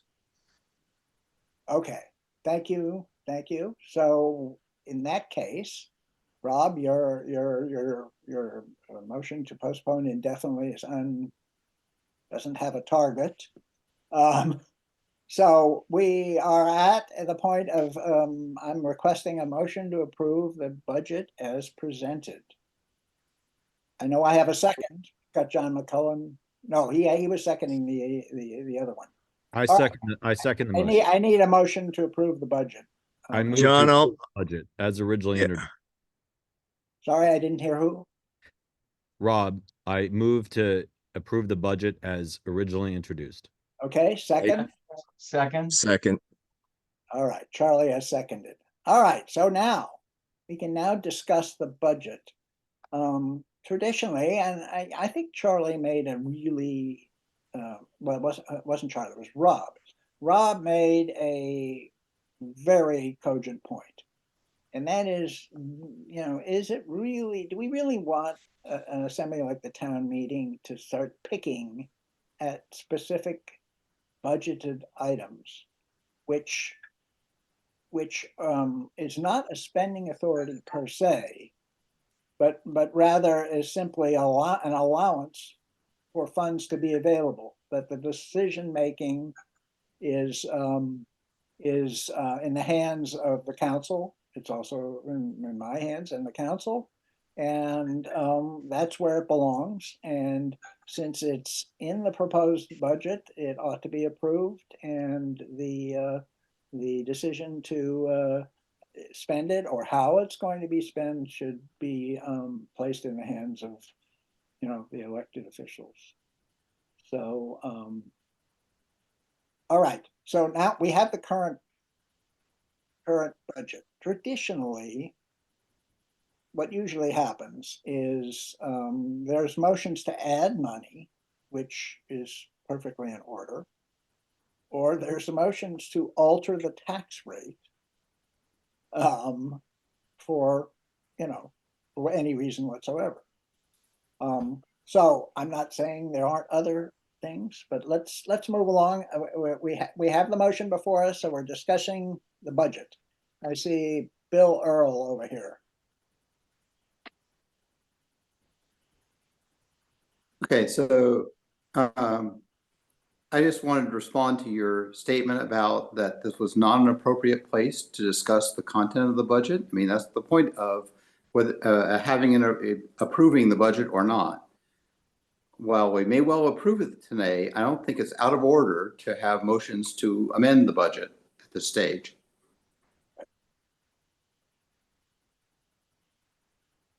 I didn't say you couldn't do it. It was my opinion that it probably would be a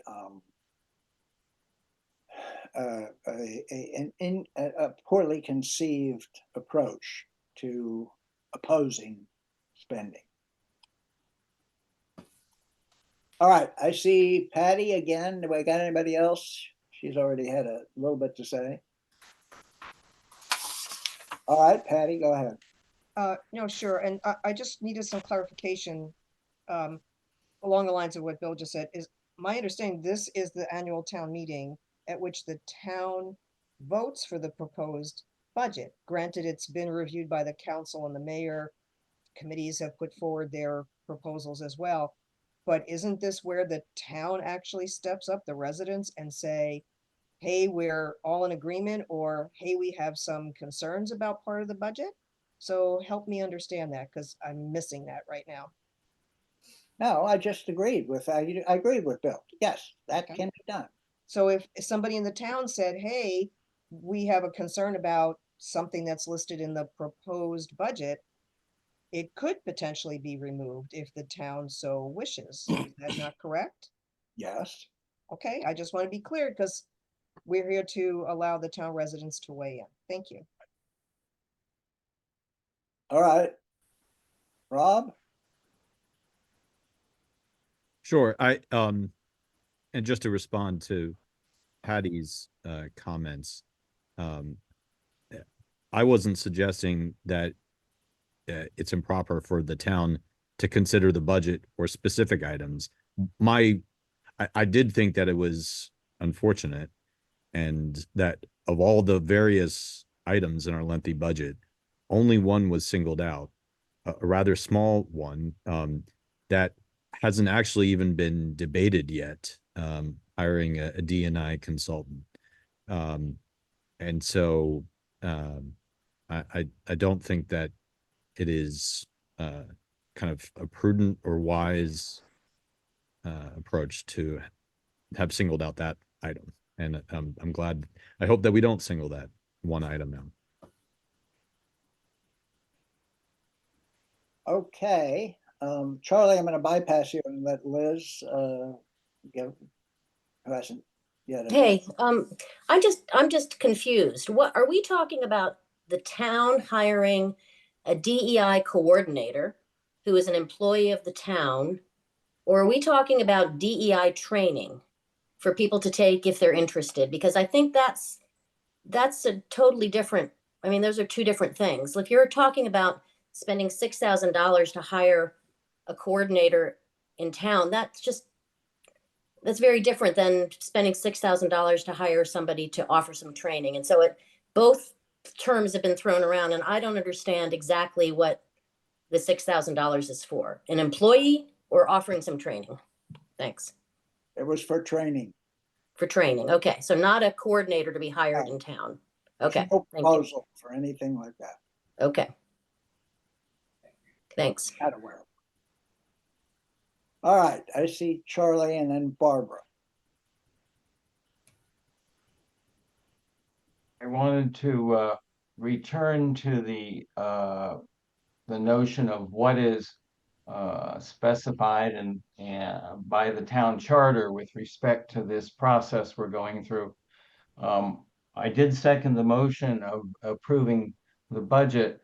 The charter specifies that the town meeting gathered approves the maximum of allowed expenditures and approves the tax rates.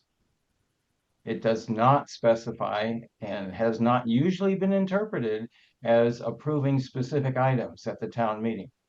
So the town meeting separately, there is an action where the council approves the budget by ordinance because that's required by state law. But again, the town meeting approves the maximum expenditure limit. Barbara? I wanted to respond to Liz's question. The recommendation that was sent to the town council by RASIC, and it's in the council reports that were handed out today. The recommendation from RASIC is, quote, hire a DEI specialist to do training for the town council, RASIC members, and all interested town residents on how to recognize racist and inappropriate behaviors, receive feedback constructively, call it out without shaming, and use that knowledge to create inclusive change. So that is the recommendation from RASIC.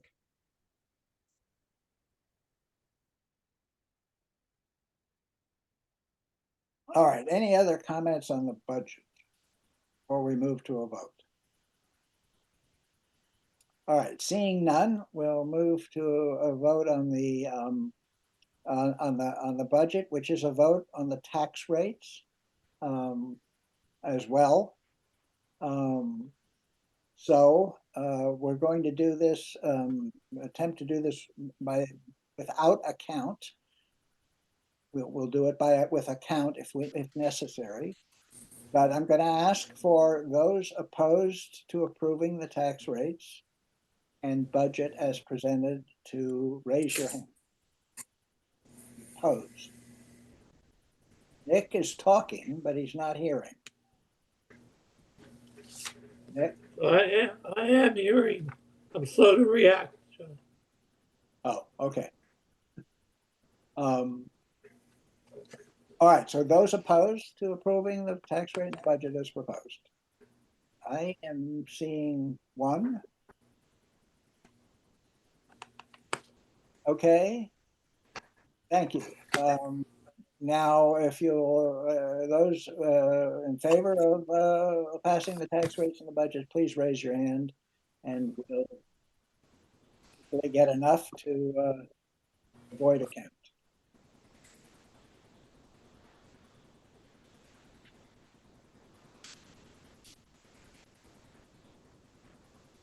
All right.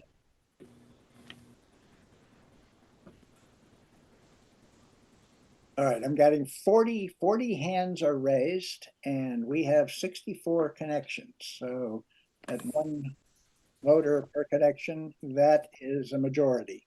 There's more coming up. So my assessment is that the motion passes.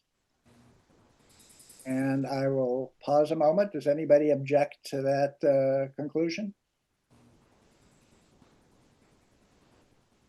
Okay, if not, then the motion passes and the tax rate and budget has been passed.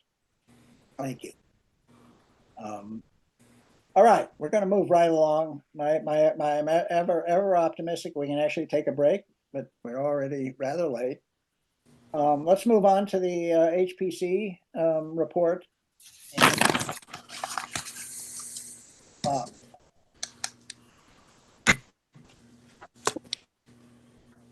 Hello, folks. You pulling up the slides? Momentarily. Oh, don't do that. So anyway, I'll just start. Much of the year, the HBC was engrossed in the sesquicentennial celebration. So as John had mentioned before, which was a great hit, I think. And one of the first events had, excuse me, I'm a little bit under the weather. Daria Gasparini of Robinson Associates, who's the principal author of the Historic District Update, do a formal presentation of that update. She went through all of the parts of it and the new material that's in it and pointed out the future benefits from that effort.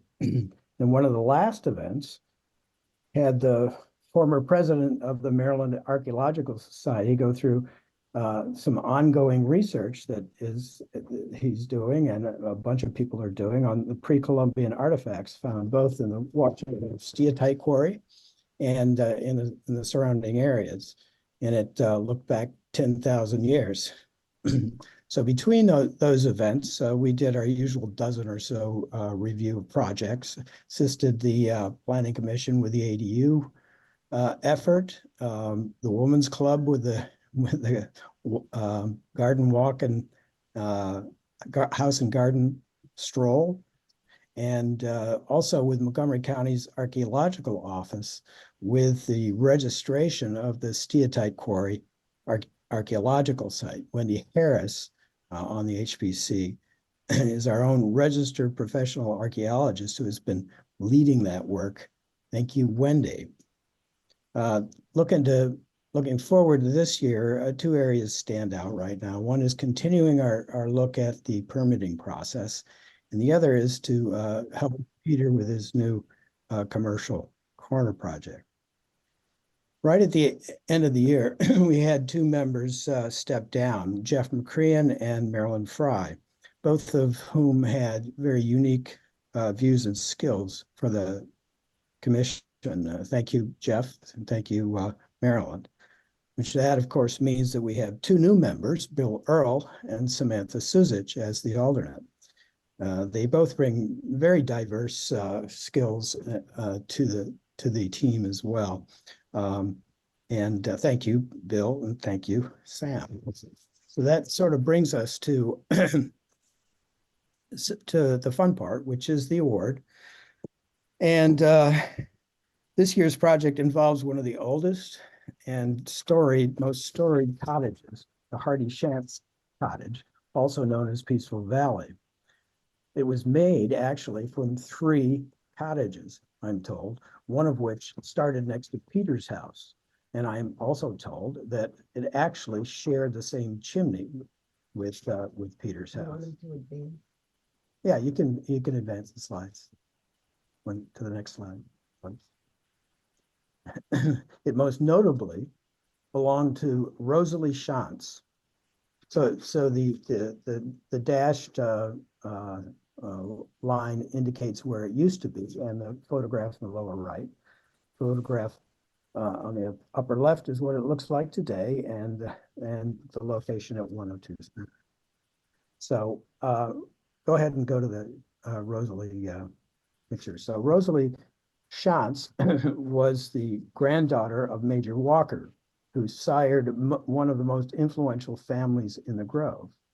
The daughter of and she was also the daughter of the first woman to serve on the association board and the first woman to ever serve on the town council.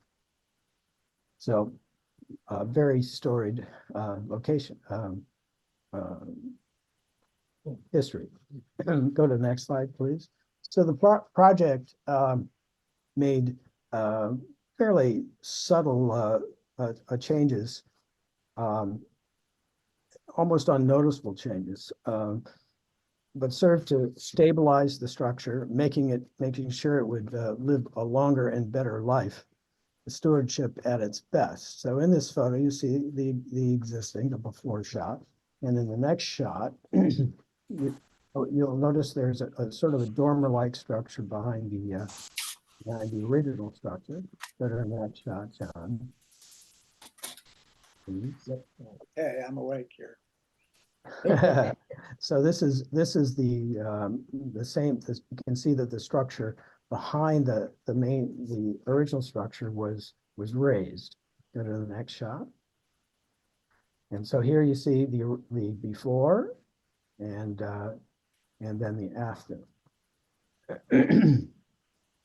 So we believe that this fairly minor aesthetic difference actually mediates between the old and the very large newer structure that was built, and so it does a nice job of stitching them together. So we're presenting the award. You can go to the next shot. Next slide. We're presenting the award to Phil and Lynn Mento. And quote for what's quoted on the certificate is for a modification that subtly improves the transition between the original pre-1900 cottage to the existing newer addition. So congratulations, Phil and Lynn. And what we do, this certificate will be delivered to them. And in a couple of weeks or maybe a month or so, later on, you'll get actually a small cast bronze plaque to affix to your house. So congratulations and thank you for being good stewards to the.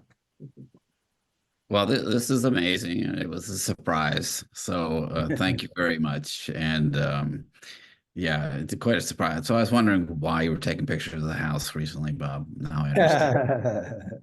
But anyone that's interested in stopping by and taking a look at it, please come by. They're just doing the punch list now, so it's about over. We're looking forward to getting rid of the dumpster and the porta potty as well. But thank you. Thanks for thinking of us. I appreciate it. Sure. Okay, great. Thanks, Bob. All right. Then we'll move along to the Planning Commission report that Georgette is going to,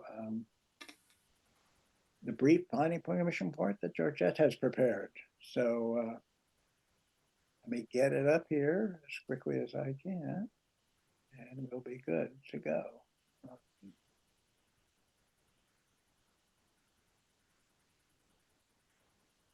Georgette? Okay. Actually, the main thing from this slide is to mention that Jonathan Dale is retiring from the Planning Commission. He's been a wonderful Planning Commission member, and we're going to miss him like heck. Sung Chang, who was our alternate, is going to be joining as a full member. And I have been talking to someone about becoming PC alternate, and that will happen around the May or June council meetings. So in addition to doing permits, which is where we get to interact with most of the town residents, our big project for 2023 was the ADUs, which I'm just going to say briefly, go to the next slide, John. Our ADUs are similar to Montgomery County, but we have changes that were made either by the Planning Commission or by the Town Council to make them more Grove specific. And we're hoping that all of this works out well. One of the reasons for implementing the ADUs, first, of course, it's a good idea. It's supported by the comprehensive plan.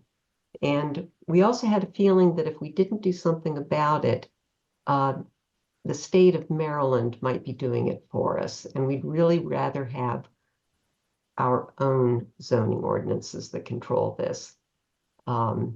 So these conditions address the concerns of residents. Next slide. And we're going to skip this one because most of you will have already seen it before. If you want any additional information on ADUs, contact us at the Planning Commission. We'll be happy to help you. And moving forward, We're going to try and focus on going over the recommendations in the comprehensive plan to find areas that might need particular work, but the top priorities at the moment are looking at anti-mansionization strategies because we want more long-term preservation of our historic integrity. We'll be working with the Historic Preservation Commission on this. And we're also going to be looking at ordinance changes for the uses at the commercial corner so that it can better serve the needs of both town residents and the owners of the commercial corner. And this interesting topic is what Peter's going to address next. Wow, Georgette, great segue. Anything So, John, for you, anything for you, Peter. thank you. John, can I If you. get my screen? Yes? Yeah. All right. All right, let me see if I can get this out. Uh-oh, here we go. Okay, can you see that? In both green and black, yeah. All right. Okay, I'm going to go through this and skip a lot of this. But basically, I just wanted to just look at the history. I think most of the people on this call know this, but the famous lawsuit with 7-Eleven, which was actually open 24 hours a day, which was part of the problem.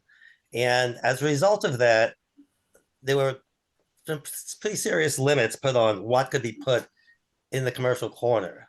And as a result of those limits, it was not very profitable for the owners, which right now are Bell Properties. And so without that revenue coming in, they really couldn't do anything as far as renovations or any other really types of improvements. And we were kind of like in a stalemate because the town, when I finally contacted them, I contacted them originally about putting the Welcome to Washington Grove sign. And like we had a hard time finding out who to talk to.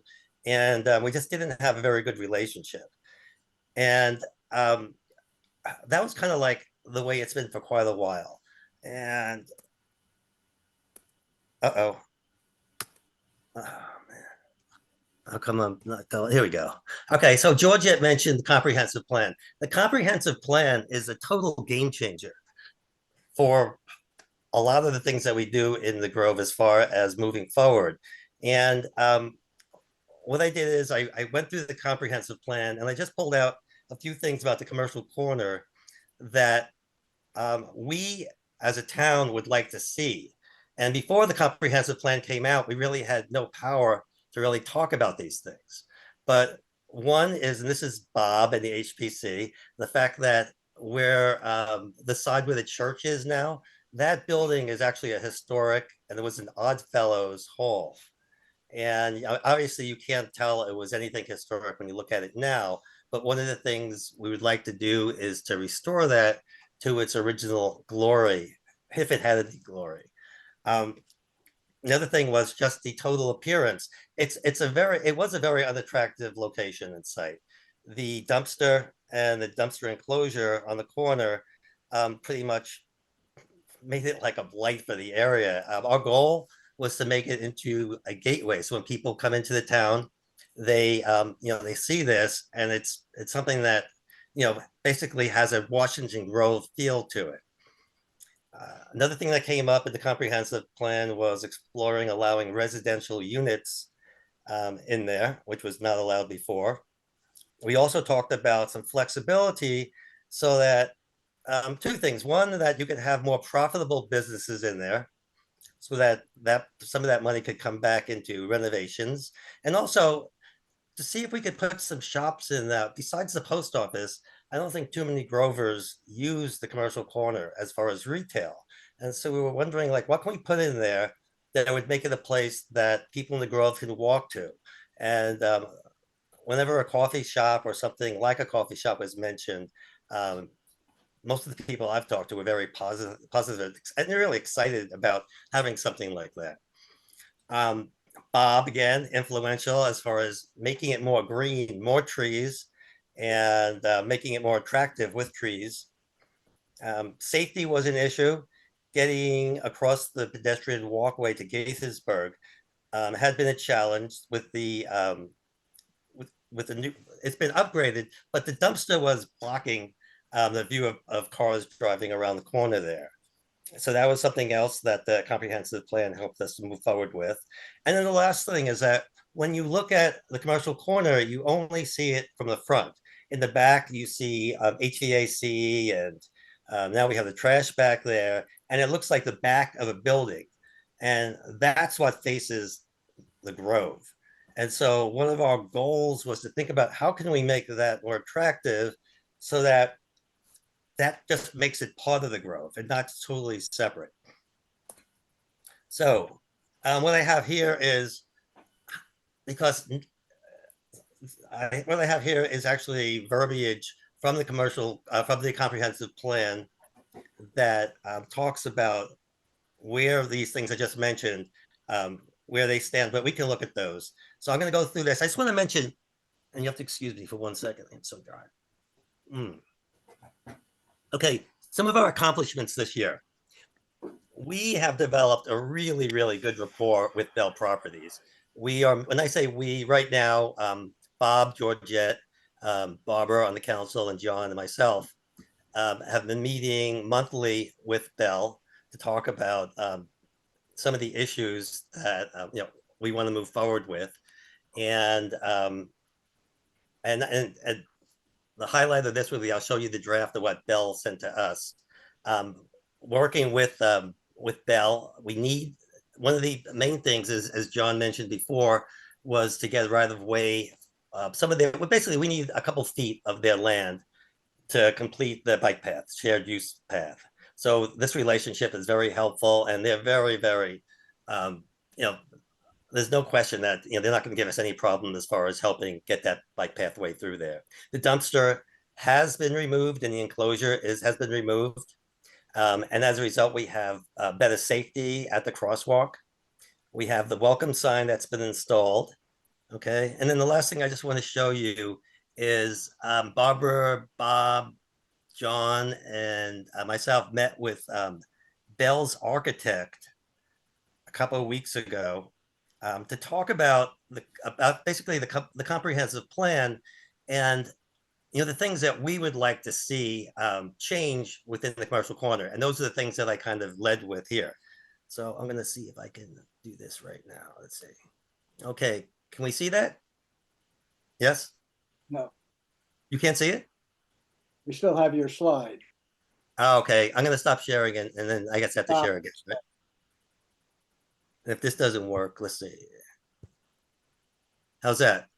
Coming. There it is. You got it? Okay. It's a little large. You're going to want to reduce it.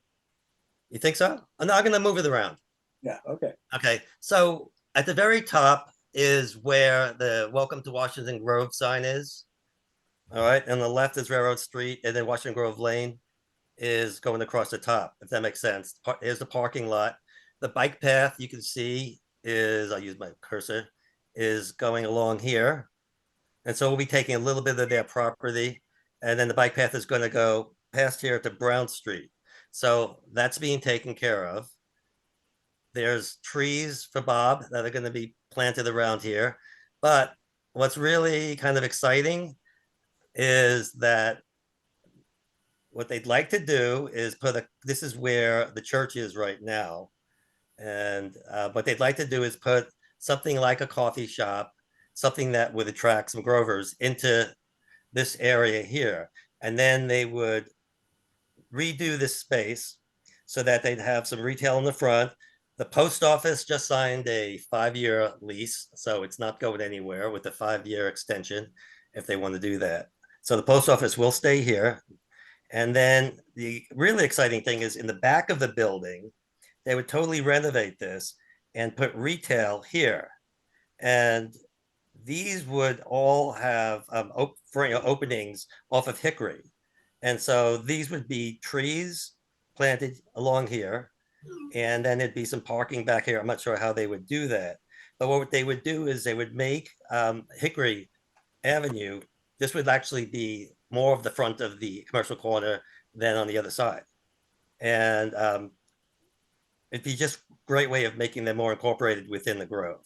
So that is the retail. And then on the second floor, they would be renovating, as I say here, rehabbing the Oddfellows Hall over here.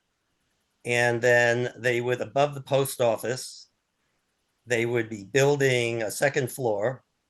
And according to this draft, they take 9 small apartments above there. And this would satisfy the residential needs. And these additions would really help them with revenue flow and help fund this. Now, this is, as John mentioned before, I'm sure, this is their first draft based on what we said. We don't know if it's viable to have a coffee shop. It's gotta obviously make money. There's gotta be traffic going through it. We as a town have to go through all this and approve everything. So this is just the first steps.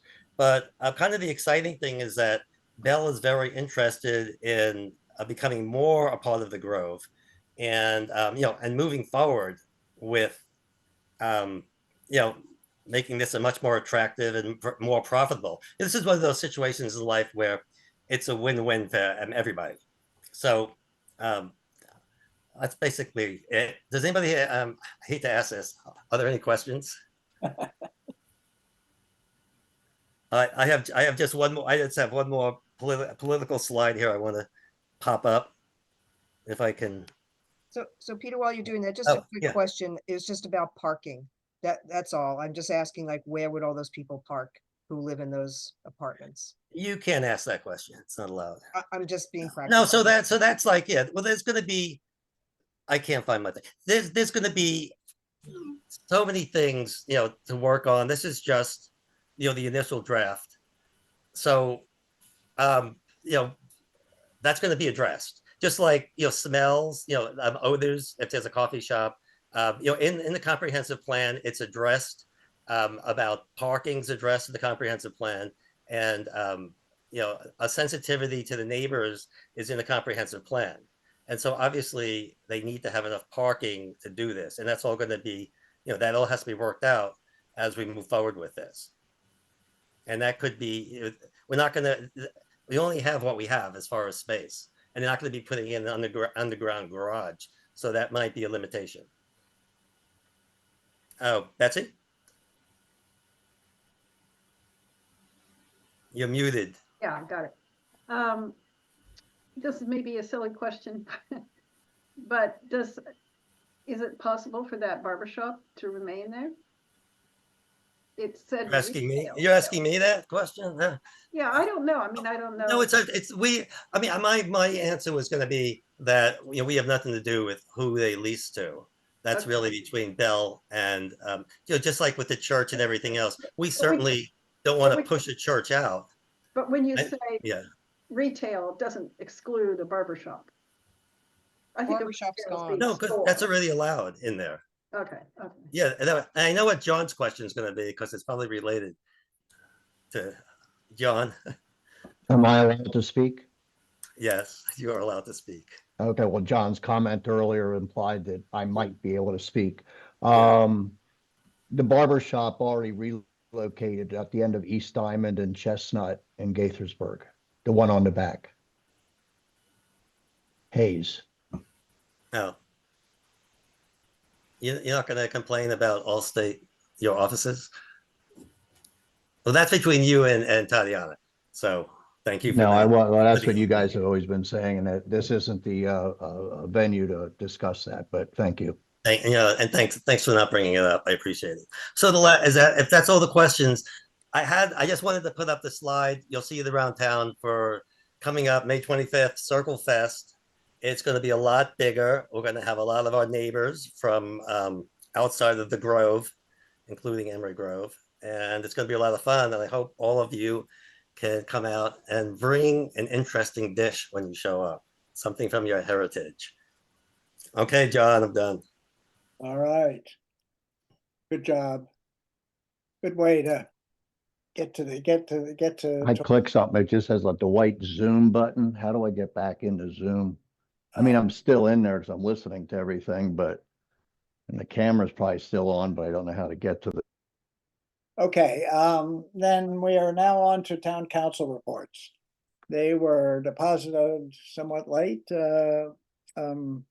But I hope everyone who was interested took a look. Can look at it anytime. They'll still be available electronically. So the council's here and would be happy to answer any questions that you have about their reports.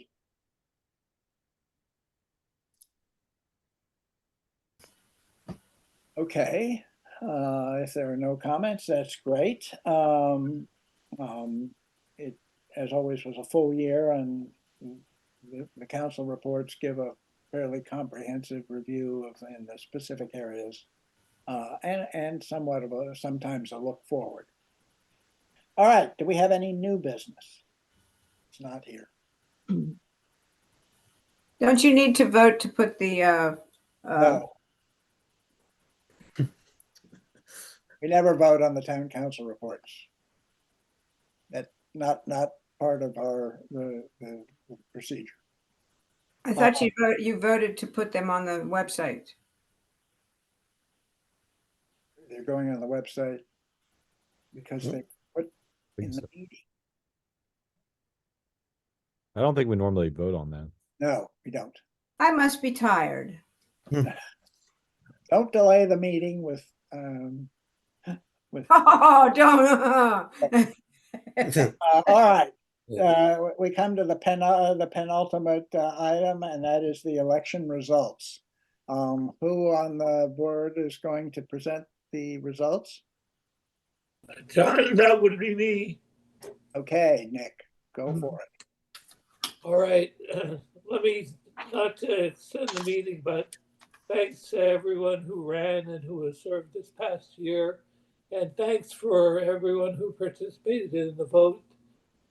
On a personal note, it was just great to see so many people who haven't been seen, I hadn't seen in a year, and I hope that next year we're all having a drink after a live town meeting. John Compton acquired 122 votes for mayor. There were write-ins for Jolie, 2, for Christine, for Finlay Johnson, 2 votes. For the council, Barbara Raimondo was re-elected with 119 votes. Chris Grisham was elected with 95 votes. And Phil, a first-time nominee, accrued 49 votes. So Chris and Barbara are elected to the council, and John, by acclamation, is re-elected as mayor. Thanks to everybody who came out. Okay, great. Thank you, Nick, for guys run a good election. That's a lot of votes. That's many more than were last year. It was very heartening. Interesting, yeah. Great, and congratulations to Barbara and to Chris. And just to inform everyone who didn't read the Grove Alert, there will be a May council meeting on Tuesday, 21st, a week from this Tuesday, the first council where in the new the re-elected and the new council member will be sworn in, and the council will do some organizing with responsibilities, mayor pro tem and such. But there may also be some business. There probably will be some business. Perhaps one more of the basic recommendations or some other business. So yeah, any of you who are interested will be watching the publishing of the posting of the agenda when it comes out. All right. We are somewhat later than my fantasy ending point, but not bad. As you can see, we've got I know everybody appreciates the myriad things that go on in town, the large number of people who make things happen. We can only report our accomplishments and our, our grander plans because so many of you pitch in and do the work and inform each other and us as to how things are going, and we want to keep that going for next year and many years. All right, in that case, I'll entertain a motion to adjourn. Somebody? So moved. Second. Okay, assume nobody is going to object, but objections. Thank you all, and good night. You, John. Thanks, John. everybody. Good night, everybody. Everyone. Good night. Thanks, everyone.